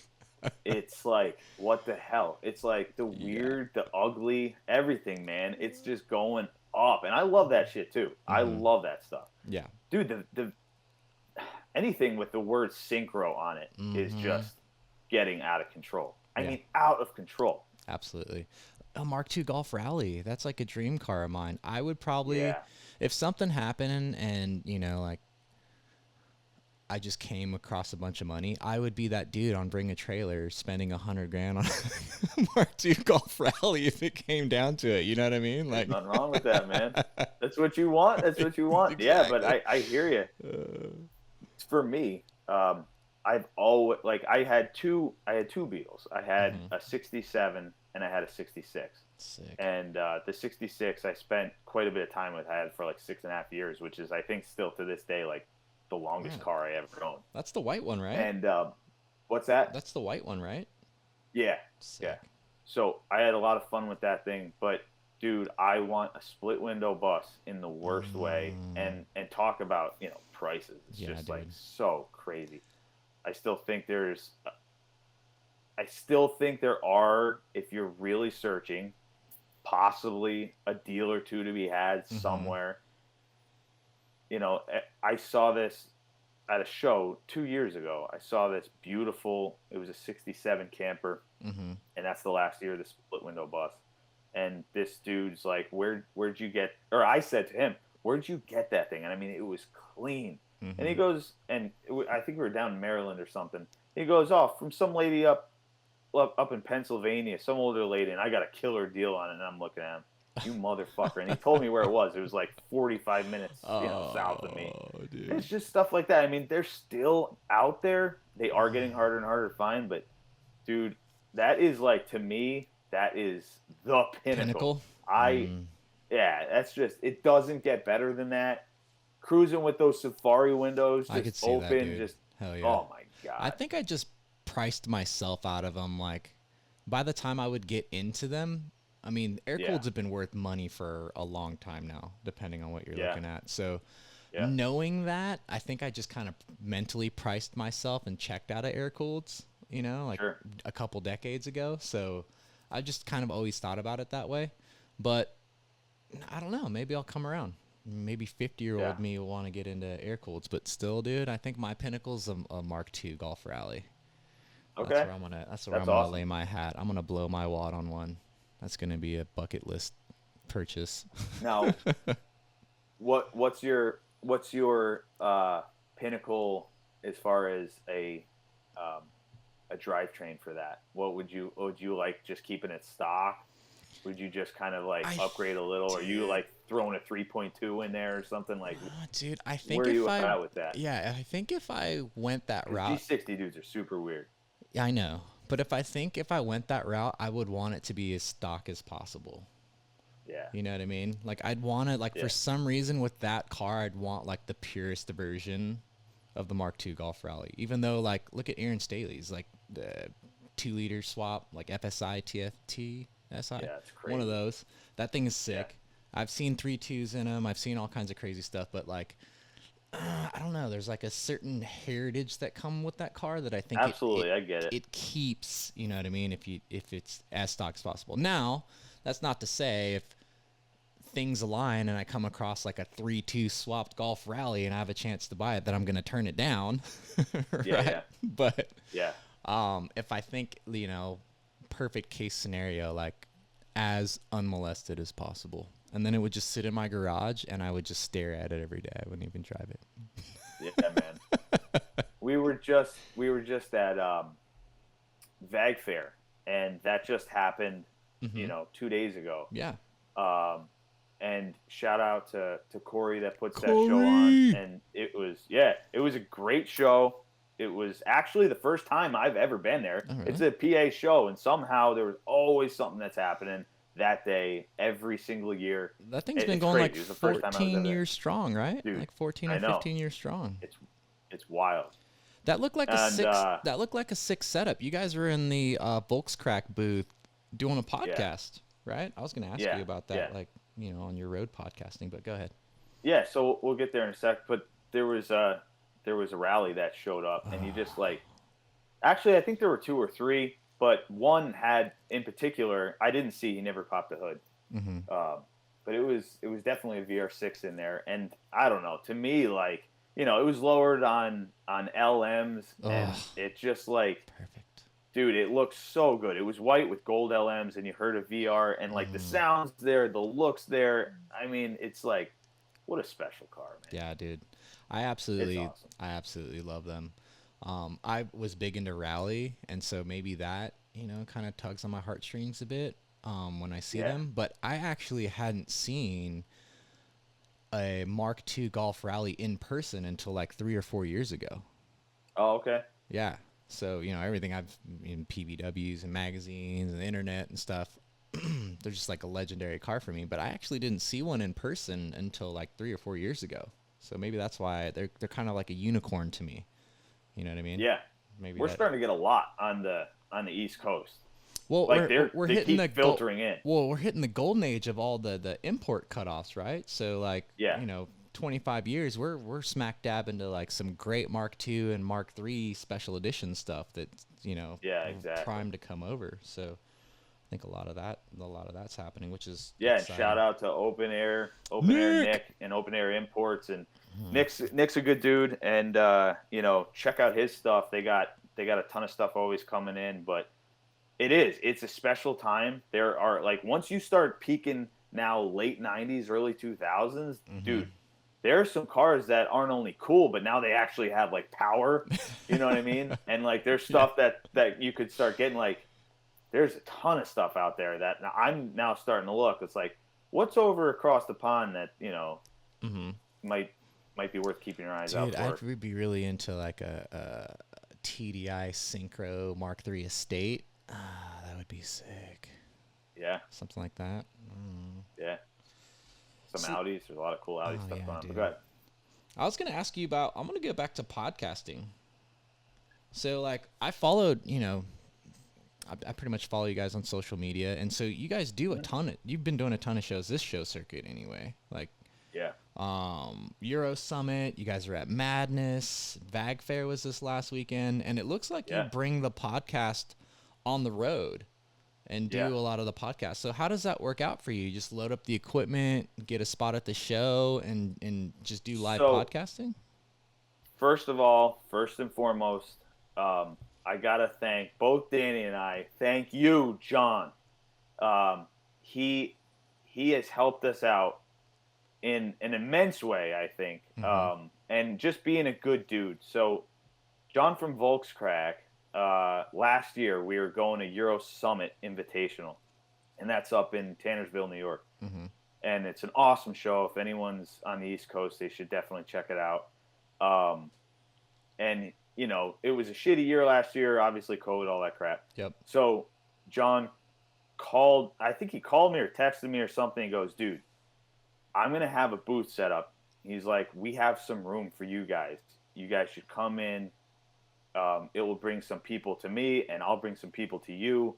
And Danny and I were talking about we wanted to start doing a bunch of shows because I think it's a great way to get some content. Mm-hmm. It's a great way to have people kind of in the moment, and they can just maybe look back at their car and start talking about, go, oh yeah, Yeah. you're looking at it, or this Mm-hmm. car that's coming in. It's a great way to it's a different avenue to get your gears going. Right. Um, You've got to be and pretty off the cuff because that's challenge. Like me being I'm gonna throw up the air quotes, a podcast host. You've got to right, keep people engaged and keep the conversation sure. going. When you're doing it on the spot, like, are you catching people? Like, do you like, are people like typically like open and are down to have the conversations, or do you have any like awkwardness when you're like, hey, dude, come here, let's chat about your car? Like, how does that? Are you just I plucking think we've people had out, or? I think we've had some awkwardness, but what we usually do is we'll go out and we'll be like, "Yo, I mean, I'm a forward guy. I'll Mm-hmm. just walk up to someone and go, "Love your car. We got a podcast over here. Have you heard of it? If you haven't, we're a podcast that talk about Volkswagens and Audis. You should Uh-huh. come over. Let's talk." And usually, if you kind of put someone on the spot, you either make them so fucking uncomfortable that they want to just shit themselves and run, or they'll just be like, yeah, I guess, you know? Yeah. So they come over and you kind of calm them down, and then you just tell them, this is just us. We're just talking. We're just bullshitting one person to another. We're not doing this live. There's not a studio audience. You know, I'm going to put it out later and people are going to hear it, but I'm picking you because I think you have something that a lot of people would like to hear about. Yeah. So usually people are pretty receptive to that. And yeah, so John was super cool, just like having us do that. And then we've kind of like, I don't know, we fell into place a little bit where we've done this now like 7 or 8 times, and it's been awesome. So we have 2 episodes that are coming out. There's going to be one coming out tomorrow. I don't know when this is coming out, but there's going to be one coming out on Wednesday. Nice. What's the date? I don't even know what date it is. Neither do I. It's going to be Wednesday the 18th is our next episode. And then there's going to be one a week from then. Are those from Bag Fair? Yeah. Sick. Super cool. There's one I'm very excited for people here. Guy that, I don't want to ruin too much of it, but guy that used to work at Westmoreland. Oh. And like, yeah.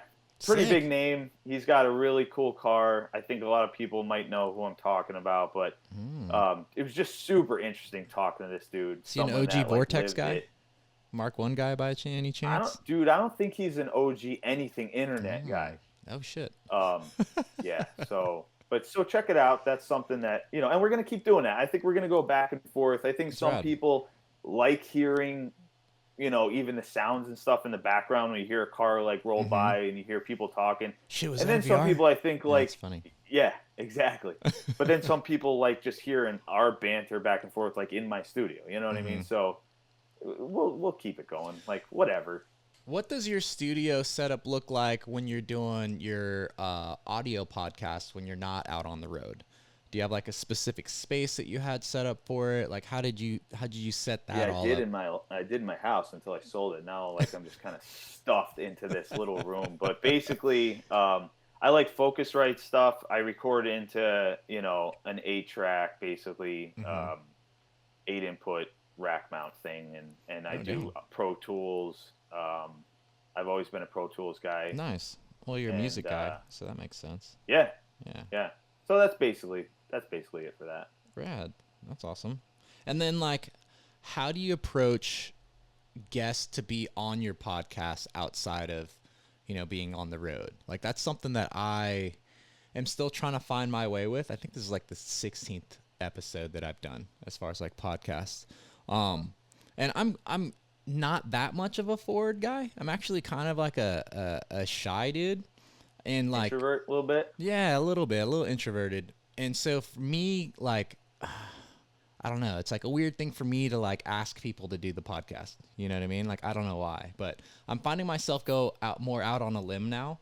But like when you first started and like what did that look like for you? And then like, how has that progressed as far as like how you're getting your guest on and who you're deciding to have on your podcast? So I think at first, I asked a couple of my buddies, right? So that's always easy. Yo, I'm starting a podcast. Whether you like it or not, you're coming on. And then they were like, okay, didn't work with my friends. That sounds like fun. That's funny. But you know, a lot of us share like the same passion, or we did at some point, or you know, like one of my first friends were on there. They, you know, worked for Audi and Porsche, and they were a tech, and you know, you do that, and then a guy that sells Audis, and then you start working it up, and then you know, I think once you get a little base, then I think our first guest outside of my friends was Tony Watson, I believe. So I just texted him, and I was like, or you know, I got on Instagram. Dude, Instagram is your friend in so many ways. Yeah. And you just say, listen, man, this is what I'm aspiring to do. I respect what you do, and I want to talk about it. And I think in a lot of ways, people they're flattered no matter who you are. So I think they're more than willing. Some people are more than willing to help out.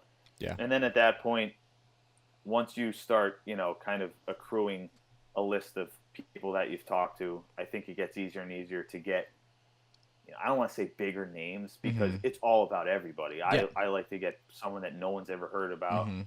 and I like to get someone that thousands of people heard Yeah. about. It's all about them telling their story, Yeah. and I think that's what's like why we're having success. I Mm-hmm. think people really enjoy hearing that stuff. Yeah. That's But the more and more you ask people, the more and more I think it gets easier. You know what I that's mean? kind of my approach too. Like, I don't just want to talk to, like, same thing, like popular scene people. Like, if I Right. think you have a cool car, like, I want to talk about like your cool car, your projects, or whatever.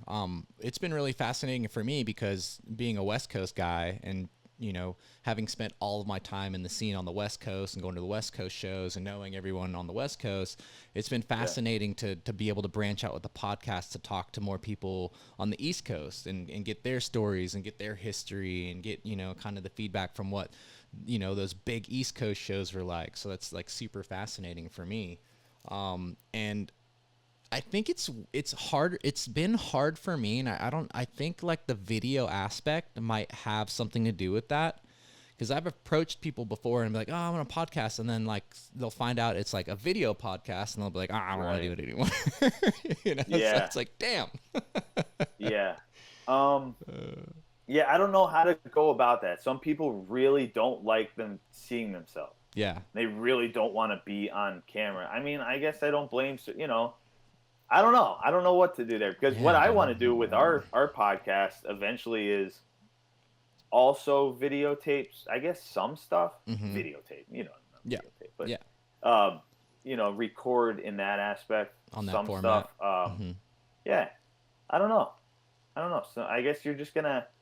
I do like what you're doing though, because Thanks, dude. it's fantastic for somebody, say, that's at a job that they don't necessarily have to be on a computer doing something else. They can just pull up your thing, and it's just like, it's a cool avenue, man. Thanks, I think dude. sometimes we're missing that aspect, because they want to see if someone's joking about something or whatever. Yeah. They want to see the expression on your face. Yeah. They want to see what's happening.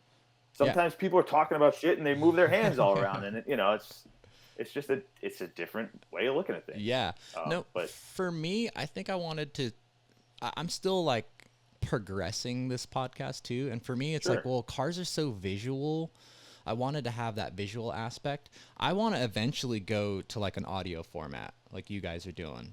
But I was like, hey man, maybe this is my kind of avenue, because no one was really doing it, right? I don't think anyone still has like a video. I mean, you have people who are like live on Facebook and doing stuff like that, but I don't know if anyone has like a water-cooled specific or, scene specific video podcast on YouTube or whatever. I think you're it, man. But I wanted to do that because I eventually want to work visuals in, as I get better at the post, and as I like start to progress my skill sets with all the post editing and stuff, I can start bringing in more visual aspects. I want to like bring in pictures of cars that we talk about, and maybe get into more technical types of podcasts where we can do project breakdowns and stuff like that, and have those heavy visual elements. It's just me progressing to get there. Yeah. But I do want to like eventually just have the audio format. But for me, it was like, hey, if I have it on YouTube, you can kind of still listen in and not have to, pay attention to what's going on. But I have a lot of people who are like, dude, you need to get this on like Spotify. I need to listen to this in an audio only format. I hate YouTube, or I don't want to watch YouTube, or whatever it is. And so I eventually am going to do that. And that's something I wanted to talk to you about too, like coming from the audio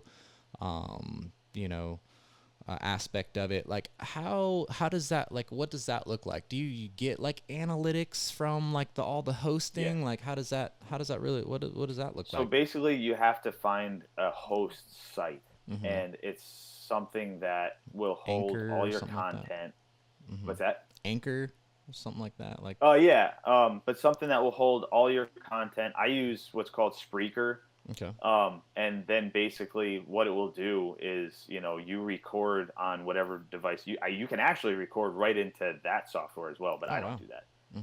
I record my stuff and then I upload it to a site, and then it's kind of weird, but you have to, you kind of have to apply to every single thing that you want it to go out to. So like Google Podcasts, for example, we wanted it out to Google Podcasts. You have to, through Spreaker, but you have to apply for them, and then they kind of, I guess, check out what's going to be coming on their platform. Yeah. And then usually it's like 3 days, it could be up to a week, and then they say, okay, But basically, I just went down the list. And it's just click, click, click, click, click. I want it on whatever I can get it on. Is that initially? Is that just an initial thing, or is that every episode that you go to post? No, God. Okay.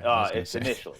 So once you do that, then that's what these sites do. It's basically a hold all for, you just hit a button and then it goes out to every different thing at once. Nice. And so it's an annual fee, and it's one of those things where, like, if you want to see more and more stats, you can pay like more. An upper. That's how they get you. You know how it goes. Yeah. So then they give you a breakdown from like all the different avenues.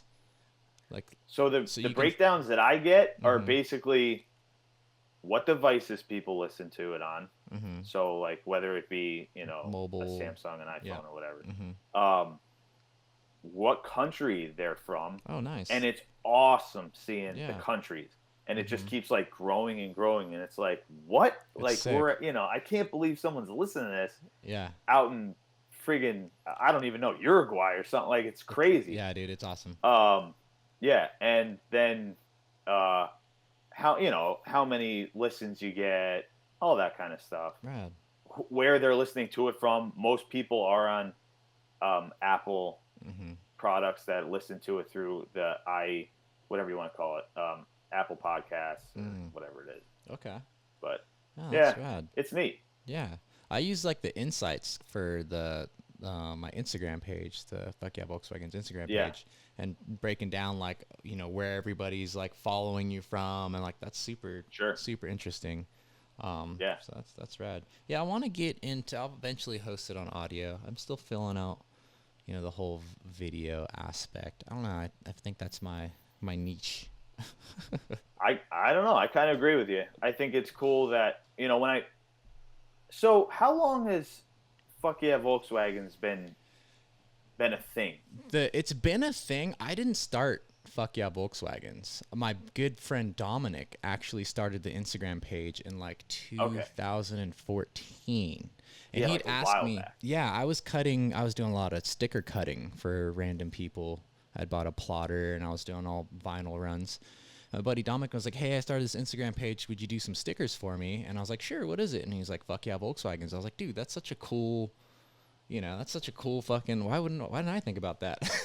Yeah. Such a cool, awesome. So I did some stickers, and he was, like using the page as kind of like a photo dump, posting up cool pictures, but they were kind of like, he was kind of sharing the photos that all the other big Instagram, pages were kind of sharing. Sure. And the page kind of died, and he wasn't really updating it, and so I just hit him up out of the blue, and I was like, hey man, what are you doing with this Instagram page? And he was like, I'm kind of over it. I don't even own a Volkswagen anymore, or I'm not really into Volkswagens anymore. I was like, well, dude, can I buy it off you? You know what I mean? Like, I kind of want to take it over, because I've got an idea, like that artistic outlet. Like, I kind of like have an idea of what I want to do with this page. I think it's already a cool brand or whatever. And he was like, yeah, sure. So I took it over, I think it was like April 2020. Yeah, it hasn't been long. And then I took it back to kind of like, I would go into the followers and be like, who's following the page? And then I would find cool cars, and then I would feature the cars that were already following the page. Gotcha. And then I tried to grow it like grassroots like that. And then I was like, hey, like that's really cool, because I feel like it's like an enthusiast, like supporting other enthusiasts. It's not like I'm just a kid reposting all like the pictures that everyone else is posting. And then I was like, I'm going to start making stickers and just sending them to the people that I post their cars on the page as like an appreciation thing, because I don't think anybody else out there is doing it. And that kind of caught fire. Like everyone was getting like DMs, like, where do I get these stickers? My buddy got these stickers, like, or people were getting tagged and things. And so the whole sticker thing caught fire. And that's been, and it's just kind of like snowballed ever since. I think when I took the page over, I think it had like 1,400 followers, and I'm like at 5,500 now. So Yeah, it's awesome. that's pretty dope. You know what's funny about that? Like, as far as we kind of took like a different avenue, and it's, you know, like people say this all the time, but as far as like growing something organically, I know it sounds corny, but it's what I always wanted to do. I just wanted to put the first podcast out there. And like, dude, the first podcast was like, I don't know, 5 listeners, you know, for the first few days. And then like, you know, just one guy would tell somebody else, and then it keeps growing and growing. As far as the Instagram goes, like I could probably do more to get, like, I think I should start probably doing a little bit more as far as that goes. But for me, it's more like I love when people get back to me and go, dude, I just found this, you know, like it was just searching for something or somebody else told me about it. And I just found this and didn't realize. And then they open it up and then they see that there's 50 episodes and a bunch of people that they do know or wanted to hear about. And that's like the best thing, man. I just wanted to kind of just naturally just take it on its own thing, you know, become its own. So that, I don't know. That to me is feel like that. Like I feel like when I listen to your guys' pod, like first off, like you and Danny just riff together so well. Oh, thanks. You know, like you guys like just feed off each other and how you can carry conversations with each other. Like you guys do it really well. And you can tell you guys are enthusiasts, and that's big for me. You know what I mean? Like it's enthusiast driven. You guys can tell like you've lived it, you're in it. The stories, the people that you can talk to, you can break things down technically. You guys have a really, really good podcast. And I share that same like grassroots mentality too, like with all the stuff that I'm doing with my YouTube, with this podcast, with the Instagram page. You know, it's like I'm not paying for advertising. I'm trying to like with this whole sticker thing, like, you know, I'll send you a sticker or whatever. Like that's big for me, that it grows organically, because then that the audience that will stick around with you, you know what I mean? Like that's the audience that you want to find you. And if you grow it organically, people are genuinely into your brand or whatever you're doing. And it's not like you like going out and just trying to get as many people attracted to it as possible. It's like you're kind of taking the slow path for all the right people to find you. And I think that's totally it. And I think we're both kind of on exactly the same page.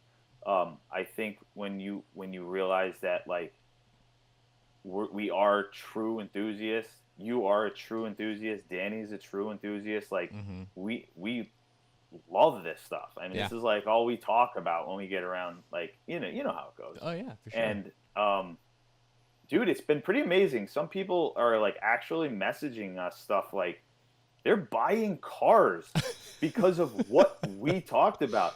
I just recently You're influencers now. Dude, it's crazy. I just recently got a message from some guy that was like, I just found your podcast and I got so into it that now I have a Mark V R32 and there was I forget what the other car was, like a Mark III or something. I don't want to butcher it, but 2 cars that like the guy didn't even own a Volkswagen. Dude, I don't know awesome. how he got to our podcast. I don't know. But it's like, holy shit, you know? I mean, that is just like, it feels so good. Like it does. I've gotten those messages too. I actually had someone message me that was like, hey, you know, I was into Volkswagens like in the early 2000s, kind of fell out of it, hadn't had a Volkswagen in however long, found your YouTube channel, got excited, and I went out and bought like, I think he'd got like a Passat, a wagon or Avant or something like that. I can't remember. But sorry if I butchered it, but it's like seeing that and being like, whoa, dude, that's freaking awesome. That's kind of why I'm doing what I'm doing. You know what I mean? Yeah. Like that's validating all the effort that I'm putting into this. Like, you know, like for to get someone has fell out of the brand and, you know, decided like was like, oh, I'm super stoked on it again because I found, you know, your podcast or my YouTube channel, and they go back out and they get back into it. It's like, well, you can't really ask for more than that. You know what I mean? Like that's super validating. It's awesome. I agree. What I think is so cool about it is you kind of touched on it. Sometimes people get out of the scene for whatever reason it may be, and they don't necessarily have an avenue to be connected with people. So you know, they might be living in a small town that there aren't other dudes that have Volkswagens. They don't care or whatever. Mm-hmm. But in some weird way, they connect with you and me and Danny and everybody else that does this kind of stuff. Mm-hmm. And then like even though throughout, like, they don't really know us, Yeah. but they do know us. You know Yeah. what I mean? And we just turn it into this special thing where it just ignites another spark, and they're like, wow, Mm-hmm. you know. And it's all about like positivity, man. Yeah, dude. Some people 100%. say, you know, like the scene's dead, or, you know, like whatever. Dude, I don't know about the whole word like scene, and everyone can take that whatever way they want, but the scene Mm-hmm. is not dead. It's not dead at all. And it's actually like thriving, I think, and I Mm-hmm. think it's actually come I think we're actually in a little bit of a resurgence right Yeah. now. It's the way I'm seeing things. Mm-hmm. I feel the As exact far same as, way. I feel the exact yeah, same way. like I think there was a point where people were falling off, you know, maybe Vortex and stuff, and Mm-hmm. H2O was getting shitty, and there's a lot of stuff that happens, and, Mm-hmm. you know, sometimes things happen. Everything's a Yeah. roller coaster ride. There's Mm-hmm. ups and downs, and I think right now, I think a lot of people are kind of finding avenues, and hopefully that's what we're doing for them as well, right? We're Mm-hmm. producing an avenue where these people can be like, yo, I mean, this is kind of my mentality. These Yeah. guys share all the same sentiments that we do. Mm-hmm. And there's more and more shows that are like these smaller, you know, really cultivated shows that are just about like, you know, that core Mm-hmm. like enthusiasm. Yeah. And that's just something that's like so awesome to be a part of. Mm-hmm. And I love when I hear anybody saying like, you know, thank you for doing this or anything else. Like, that just makes my day. Like, Yeah, dude. anybody that says anything like that, like, that's exactly why we do this, you know? Yeah, for sure. I feel the exact same So, way. And I kind of felt that too. I even dropped out, you know, of the scene for a couple of years there. Just it was just like life responsibilities and things taking sure. me in different directions. I've always had a Volkswagen in my driveway, and then I think I made this point on one of my previous podcasts. Is like the scene is really what you make of it. You know what I mean? Absolutely. Like, again, it's putting into it. Like, the scene to me for the 3 years where I wasn't paying attention to what was going on in the car shows, who were building what company was doing what, like, I was still in my driveway fucking around with my closest friends, drinking beers, messing around on someone's suspension. Like, that to me was the Yeah. scene, and I was fine with that. You know what I mean? And Yeah. that sentiment, I think, is what people chase, right? People just want to feel that positivity and involvement, where it's just like the same as you and two other buddies just bullshitting in your garage, whether it's about cars or. And I love that, like with this too, it's like I think I felt like the scene was getting pretty toxic a while back, you know, the tail end of the Vortex days. Like, there's a lot of toxicity there, and like for whatever reason. And I think a lot of that has kind of filtered out, because we still have a lot of the OGs, you know, like Johnny, and a lot of other people who are still out there and spreading, you know, like the positivity message, right? While we're all here, we're not all here to shit on each other, right? We're all here because we all have this common passion and enjoyment that happen to be these stupid little Volkswagens. For sure, man. Johnny just gave out, I call him Johnny, whatever. Mm-hmm. But he just gave out this the Passion Over Profit That was a award. gnarly trophy, dude. That award was huge, dude. Yeah, he keeps outdoing himself with those awards. But what was cool is, you know, Tech 2, Yeah, the guy that got it. Yeah, sick and Jetta. That's sick car. Yeah, and he is exactly what we're talking about, because he's been around for a while now, and and everybody knows him, and he's just a super good dude. And I mean, dude, he was like coming to tears on the stage when John gave him the award, and he was just like so moved by it. And you know, that, I mean, that's what this shit is about. Yes.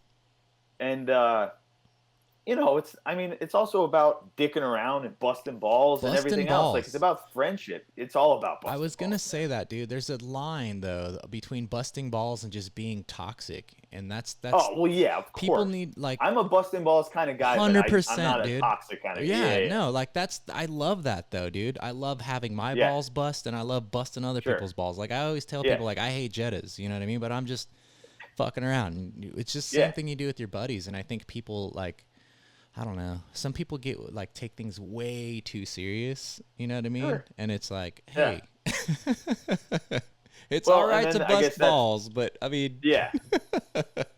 And that could be a little bit of the responsibility of someone that is a ball buster to be like, all right, I guess this guy is not into it. You know what I mean? yeah, And yeah, you yeah. back off a little bit. But hey, it's that was a really cool thing Hmm. that Volkswagen did. And That's awesome. yeah, That wasn't the it only was one they handed out. I think they do that at, like every show. I think every show well, Johnny's he been did to, another right? one when we were at Dubs at the lake, Mm-hmm. and he did one there, which was pretty crazy too. Yeah, So I guess that's every few shows he's trying to put on some. I mean, it's a thing he's doing, and it's cool. It's yeah. a great I idea. think it's awesome. I think it's an awesome Yeah, idea, and that it's perpetuates capturing exactly what we're talking about. exactly that perpetuates like the whole foundation of our culture, if I could put it that way. You know what I'm saying? Like, So you don't have to be tough, right? You don't have to be like someone's coming in. You got to put on this face or whatever. It's okay to smile. yeah, Like, you can go to shows and you can have fun. You can go up to some dude that maybe looks scary to you, but he might want to talk about his car too. So like I say to some people that might be timid or whatever, mm-hmm. like just go talk to people. Like get out there. And sometimes it's not as easy for certain people as it is others, but you know what I mean? Like that's where you learn. That's where you get more friends. Yeah, That's where you get more involved. mm-hmm. It's like all of that, and it like that's where the community is. And I Yeah, think people would be surprised that there's a lot more people out there that want to hang with more and more people. mm-hmm. And every time they go to a show or a gathering or a race or whatever, like that's what it's all about. It's all about the people. Yeah. It's all about the people. I think when you're These in cars are just person, a side thing. I think when you're in person at these events, all that stuff really starts to ring true because it's easy to sit on Instagram or Facebook and these like Facebook groups and like see all the bullshit on there and all the Sure. hate being thrown. But when you're actually at a car show, you rarely ever experience any of that. Like for me, it's like Right. okay not to like someone's car, but you Yeah. don't like, you know what I mean? Like there's like a point where you could be like, oh, well, I don't really agree with this dude's doing. I really don't like these mods, or I really don't like what this guy's doing to this car. But at the same time, like it doesn't need to go any further than your own opinion. You know, you know what I I mean? Like I totally agree. I like it still trips me out. I'm you know in like a million Volkswagen Facebook groups, and it still trips me out like the amount of hate and bullshit that I see in these groups from people. And it's like, dude, like I understand, but at the same time, like you don't have to completely shit on people. You know what I mean? Yeah. There's a way to be like, hey, I don't like your car without being too much of a dick about it or bust. You know, Right. it's like busting balls. Yeah. Yeah. Yeah. Exactly. Or just don't say anything. I mean, Right. there's a there's plenty of shit out there that like I'm not down with. Yeah. There's a Let's lot talk of about that. like, Let's talk about that. all right. What are you not down with? I mean, because this isn't. I will say we can talk about that because it's not specific to anybody. No, but dude, I'm not. I mean, I'm not into all like the Camber Gang shit and all that Mm. stuff. Like, it's just not my thing. Yeah. Um, I am about air ride for certain, Okay. applications. I love big body shit that's like laid Mm. out on the ground. I love air cooled stuff that's laid out on the ground. Um, I'm just not into something where it looks like a giant came by and squished the car. You know what I mean? Like it's just not my thing. I always like I always generalize. I always say like generally I'm not into whatever it is, but then there's always there's always a fucking car that I That should blows you hate. away. You're like, Yeah, that "Whoa." I should hate that I'm like I should be mad at this car, but I'm not for whatever reason. Like Yeah, and that's cool. You keep an open mind, right? yeah. Yeah. So I Yeah, don't for know. sure. Like for me, it's like Rat Styles. Like I didn't really like any of the Rat Styles shit. But then there's like a couple of cars that I would be like, oh, I actually kind of like this car Yeah, in this style. You know what I mean? they just do it right for you. It's Yeah. weird. It's like you can't really explain it. You know what's funny about the show? Like, for example, the one we were just at, Vag Fair. Mm-hmm. Um, dude, the and I know it's just the time, and it's just like it's inevitable. Mm-hmm. But the rows of Mark Sevens, Wow. it's just like, Is that I kind of? mean, Is it because it's the new car though? Because I yeah, remember back it in is. back in my heydays, like, dude, it would be like Sure, Mark IV takeover at like right. any show. And it's funny, dude. Mark IV is like a clean Mark IV is getting hard to come I by know, nowadays. dude. You It's know, so weird to say it's that. scary. It happens so fast. A clean Mark V is hard to come by. You don't just see like it's I don't know. It's weird, but now it's like Mm-hmm. there's that whole, and again, it's like a dichotomy of I understand it. Mm-hmm. There's newer kids that are coming in, like this is what they're into. Mm-hmm. It's not that I'm not into them. They're great cars, but like when I see a whole row of, or 2 rows or 3 rows of Mark Sevens, and they all kind of they're all just trying to be just a little bit different, but Little, they're all still yeah, like all kind of the same. yeah, You're just like, your eyes go homogenized. over to what's that Mark II doing over there, Yeah. and you just like, you kind of just, for me personally, Mm-hmm. I mean, everyone's different. Some Yeah. people love the Mark 7 platform, and that's all they want to deal with. Good for them. They're Yeah. awesome. But I just want to go over there. You know what I mean? I think with those newer cars, it's just so much harder to make them stand out without doing like ridiculous stuff to them. And sometimes when you cross that line and you get into like the crazy wide bodies, the crazy camber, like the gnarly stuff, it kind of takes away from the essence of what that car is to me. Yeah. You know what I Yeah. mean? And again, there's going to be an example of some like crazy wide body Mark 7 that I'll be like, oh, dude, that's sick. But like, Sure. like I feel with like there's so many things you can do to Mark 1s, so many things you can do to Mark 2s, Mark 3s, Mark 4s. Like I feel once I ignore Mark 5s. I don't really. I think as the cars get newer, you know what I mean? It's like it's harder to mod them to really like, and so when you're in a show aspect and there's a field of them and they're all just like kind of the same with different wheels, it's like, Right. you know what I mean? Yeah. But I think Mark 7s are great looking cars, don't get me wrong. Yeah, me too. Mark 6s too. What do you think about Mark 5s aesthetically? Dude, I think Mark 6 actually is like, to me, the one that kind of fell off the most. Really? Oh wow. Yeah. Wow. You know what's funny about Mark 5s? I always thought they were like, they were kind of like an ugly duckling. Mhm. I mean, they look like an egg, like it's just a moving egg. But the Mark 5 R32, for some reason in my head, is actually like, I'm actually appreciating that more and more, like every year. Like I would totally rock a Mark 5 R32 for a daily just to get back and forth to work, and then keep the Mark 4 for the good stuff. The weekends. You know what I mean? Yeah. Yeah. I think the Mark 5s grew on me. I hated them for the longest time. When they grew on me a little bit. Like I like them when they're just clean drivers. Like when people try to get crazy with them, I think they look kind of funny. Oh yeah. I'm not. That's the thing. Just like you said, all these new cars. I don't like the crazy shit. It's just not.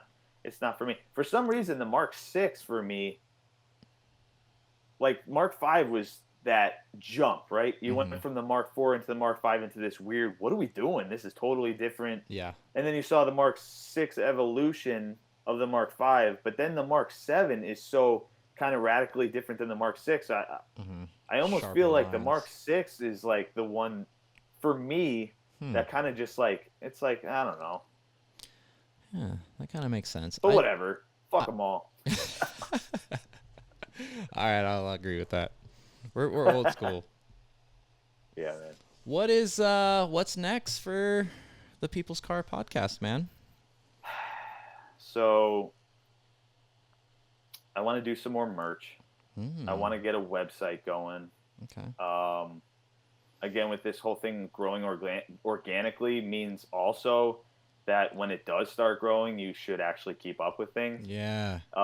And that's what I need to do. I just ordered a bunch of more stickers and pins and stuff like that, which we'll Nice. have, going to shows. I But want some of that I, stuff. I, Let me know where I I can got, get yeah, some of man, that stuff. I'll send them out. I'll buy some of But that stuff. I have to get it online. I got to set up stuff where, it's like more of a real thing. I am in the same boat. I have so much placeholder stuff. Like I have Yeah. like a web page, but there's nothing there. It's just kind of like a placeholder. And I'm the same thing with Sure. the merch. Like I'm so like brand lazy with Yeah. a lot of that stuff.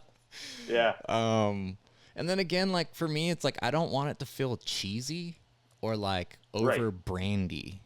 You know what I mean? Yeah. Like Sure. once there's enough people being like, "Hey, we want merch," then that's when I'll like be like, "Okay, I'm gonna do a merch drop, or I gotta figure out like how to get this merch shit all taken care of." But it's really gonna be like the demand for it. I want the demand to be there for it first. I don't want to go out and just like go like ham on all the merch and then like try to shovel all this merch. I want it to be the opposite way around. You know what I mean? I want the demand to be there first, and then I'll be like, all right, I'm gonna do a bunch of merch think because that's everyone wants awesome. merch. You know? Yeah. That's also me kind of being lazy. Yeah. Yeah. But justifying it, so it's cool. Yeah. There you go. But so there's basically, I do at some point. I don't even want to say this out loud because then I kind of have to do it. Do it. But there is a point where I do want to get some kind of interview, not vlogs, not vloggy stuff, but basically in my own smaller way, like what a Petrolicious does or something, but just about like Volkswagens and just really kind of tap into some like true enthusiasts and why they do what they do and why like at 40 or 50 or 60 they're still fucking around with Volkswagens when they have all the means to move on to Audis or Porsches or whatever, but they're still playing with these fun little toys and like I've been wanting to do that for 11 or 12 years now, and I still haven't, but it's something that I really should, start doing. That'd be rad, dude. I have some of the equipment to definitely pull it off, so sick. I just got to get there. Would that be through, would you do like a YouTube channel or just kind of I think post it would. on your own web platform? I think it would be, I think it would be a YouTube thing. That'd be sick. I don't know. Yeah. There's a lot of another avenue. There's a lot of garbage content out there when it comes to like our scene. I feel like there's a lot of cool stuff, but there's a lot of garbage stuff. For me, like I've always liked documentary filmmaking, and I always wanted to like try to transition that into like our subculture somehow. Like it would be so cool if I could like follow like Jamie Orr around for a day and be like a day in the life of Jamie Orr and like you know what I mean, do like this whole documentary thing and just like follow enthusiasts and stuff. Like that's like something I want to try to get into, but the logistics to that and all that stuff, it's like it takes time, and then you need to be with someone for hours if not days, and it would be really cool though, dude, like to see, like just to follow people and just to see like what's it like to walk in this dude's shoes, or even like mid projects, right? That'd be cool to catch people like mid projects or rebuilds or stuff like that. That stuff would be awesome. Another thing that I've wanted to do for quite some time, and I gotta give it a shout out to VW Fiends, if you remember what shout out VW Fiends. Or, hell yeah, dude. That was Toby. Wasn't that Toby? Yeah, exactly. Yeah, dude. And some of that turned into unfortunately turned into like the whole Foundation Blue, but also fortunately, and there's that whole thing. But dude, VW Fiends was so awesome, and it was like basically, I honestly think, and I haven't talked to him about this, or maybe I have, maybe I messaged him once, but I want to get him on the podcast at some point. I think maybe Mark II May Day is the time to do it. Sick. And I want to tell him that was such an influence for me starting anything. I watched those few films that they put together, and what they would do is they'd walk around H2O or different shows, and they would just bomb right into somebody and just on the spot interviews. And I think there was a huge influence there for me. I must have watched those videos like probably 10 times each. Yeah. And it was because like here, you know, it's winter time. You're like basically locked in your house when you got 4 feet of snow outside, and Yeah. that's like something you pulled up, you know, like the beginnings of YouTube. You know what I mean?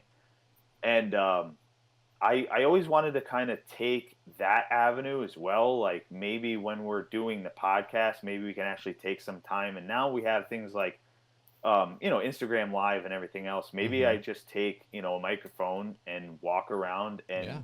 see what kind of stuff we capture. You know That'd what be I mean? sick. And I'm just doing it straight up. You know? Yeah, dude. I think that'd be awesome. Anything like all that stuff's good content. You know, I'm Yeah. like sick of like all of these like weird shooty videos over like dubstep tracks, and like that's all Oh, the Dude. Don't get me wrong, Yeah. like some of it's cool, but it's like Yeah. Some people do it well. Yep. you But know. yeah, it's definitely been done and done and done again. Yeah, it's just like, Um, you know, I don't what's know. crazy about content, dude, is the timing in which it's consumed and people wanting more. And like, and I'm sure you've dealt with some of it. It's like, you know, the second it's done, someone's like, when's the next one? You Yeah. know what I mean? And I'm not blaming anybody for that. It's the way our brains work. It's why, like, you know, 20-second videos is like what is popular, and anything Right. after like 5 seconds, it's hard to catch someone's attention. You know what I mean? Yeah. But it's just crazy that people consume, and you think like there shouldn't be any more room in our brains, but like our brains just want more all the time. Yeah. It's wild. Well, and that's And being part of that is kind of like an undertaking sometimes. Like, I'm not saying I get stressed out about it, because that's what's so Yeah. cool about what we're doing. It's like, fucking, I can't get around to that this week. I'll get it next week. Yeah. And it just is what it is. But, you know, people and I get it, and I'm appreciative of it. But people want more like right away. Yeah. It's crazy. Dude, it is. And I felt the pressure of that early on with this podcast. Like, I was also setting goals for myself, though, like out of nowhere. You like, you just like, I don't know, doing research. It's like, oh, you have to upload this many times. And then I was like, why would I, like, that's just causing me to be stressed out. And then if I don't enjoy doing this, then I'm not going to want to do it anymore. So Exactly. there's that. And for me, it's like, I'm just going to put content out where there's content to be out. And then like, hopefully, like if there is like a little break, that'll just make people want the new content more, and not like this just vicious cycle of me just like feeling obligated to put content out, even though like I don't want to put watered down, like just garbage out there. Right. It's like when I would do a podcast, I just want to do a podcast and put it out. Yeah. But also absolutely. get what you were saying earlier, like, like there's just so much content, and people like there's like you'll never fill that void of people wanting more, which I think is cool, because it like it gets rid, like I don't feel like there's any competition, right? Like that's another reason why like I thought it was so cool that you'd come on this podcast. It's like we kind of do the same thing, but we're not competing with each other. It's like, dude, I want you know, to talk to you. I want people to like go and listen to your podcast. I want to support your podcast as best as I could. And I think there's like room for everybody, really, because we all just kind of put our different flavor to it. But you know, we're all, dude, we're all doing it for the same reasons and with the same, you know, and it helps each other out, because if I'm off a week, maybe someone can check out something you're doing, and then if you start slagging, you know, then I'll put something out. Should we start coordinating schedules with each other? Hey man, are you gonna upload this week? Be much easier for me. Thank you. I don't know, man. Dude, I got shit to do. I'm fucking tired. This is gonna be the first podcast I've done in 2 weeks. So nice. But yeah, dude, man, same here. I'm so stoked you came on. I've been wanting to talk to you for the longest time. I know we've been going back and forth, but it was great to have you on. I can't wait to talk to Danny. I'm getting back into my podcast, flexing my podcast muscles again. Got a ton of people lined up. As the weather starts to get shitty again, you know, we'll be inside podcasting, talking to people. So. Yep. Well, go ahead. I was gonna say, you got any? Thanks for being on the podcast. We did like 2+ hours. I don't know how to restart this thing a couple times, but you got any shout outs? Anyone you want to thank before we call this one good? I just want to thank you for having me, man. Oh, dude, thanks. Same here. Like, I totally respect what you're doing, and Thanks, it's man. awesome. And everyone else should. And I'm gonna share all this and make sure, try to filter more people your way because we're all in it for the same stuff, same Yeah, dude. reasons. Um, Shout out to the People Scar podcast for people that don't know. Check us out. You can check us out on any major platform, any major podcasting platform. We're out there, and we're gonna keep doing our thing. It's good stuff. For whatever. But just appreciate it. Man, really appreciate it. I appreciate you just as much. Love everything you guys are doing. Thanks for taking the time to come and chat with me, and we'll definitely do it again, dude. This won't be the last. All right, appreciate it. Thanks, Ryan. All right, dude. Thanks everyone for listening. Peace. Bye.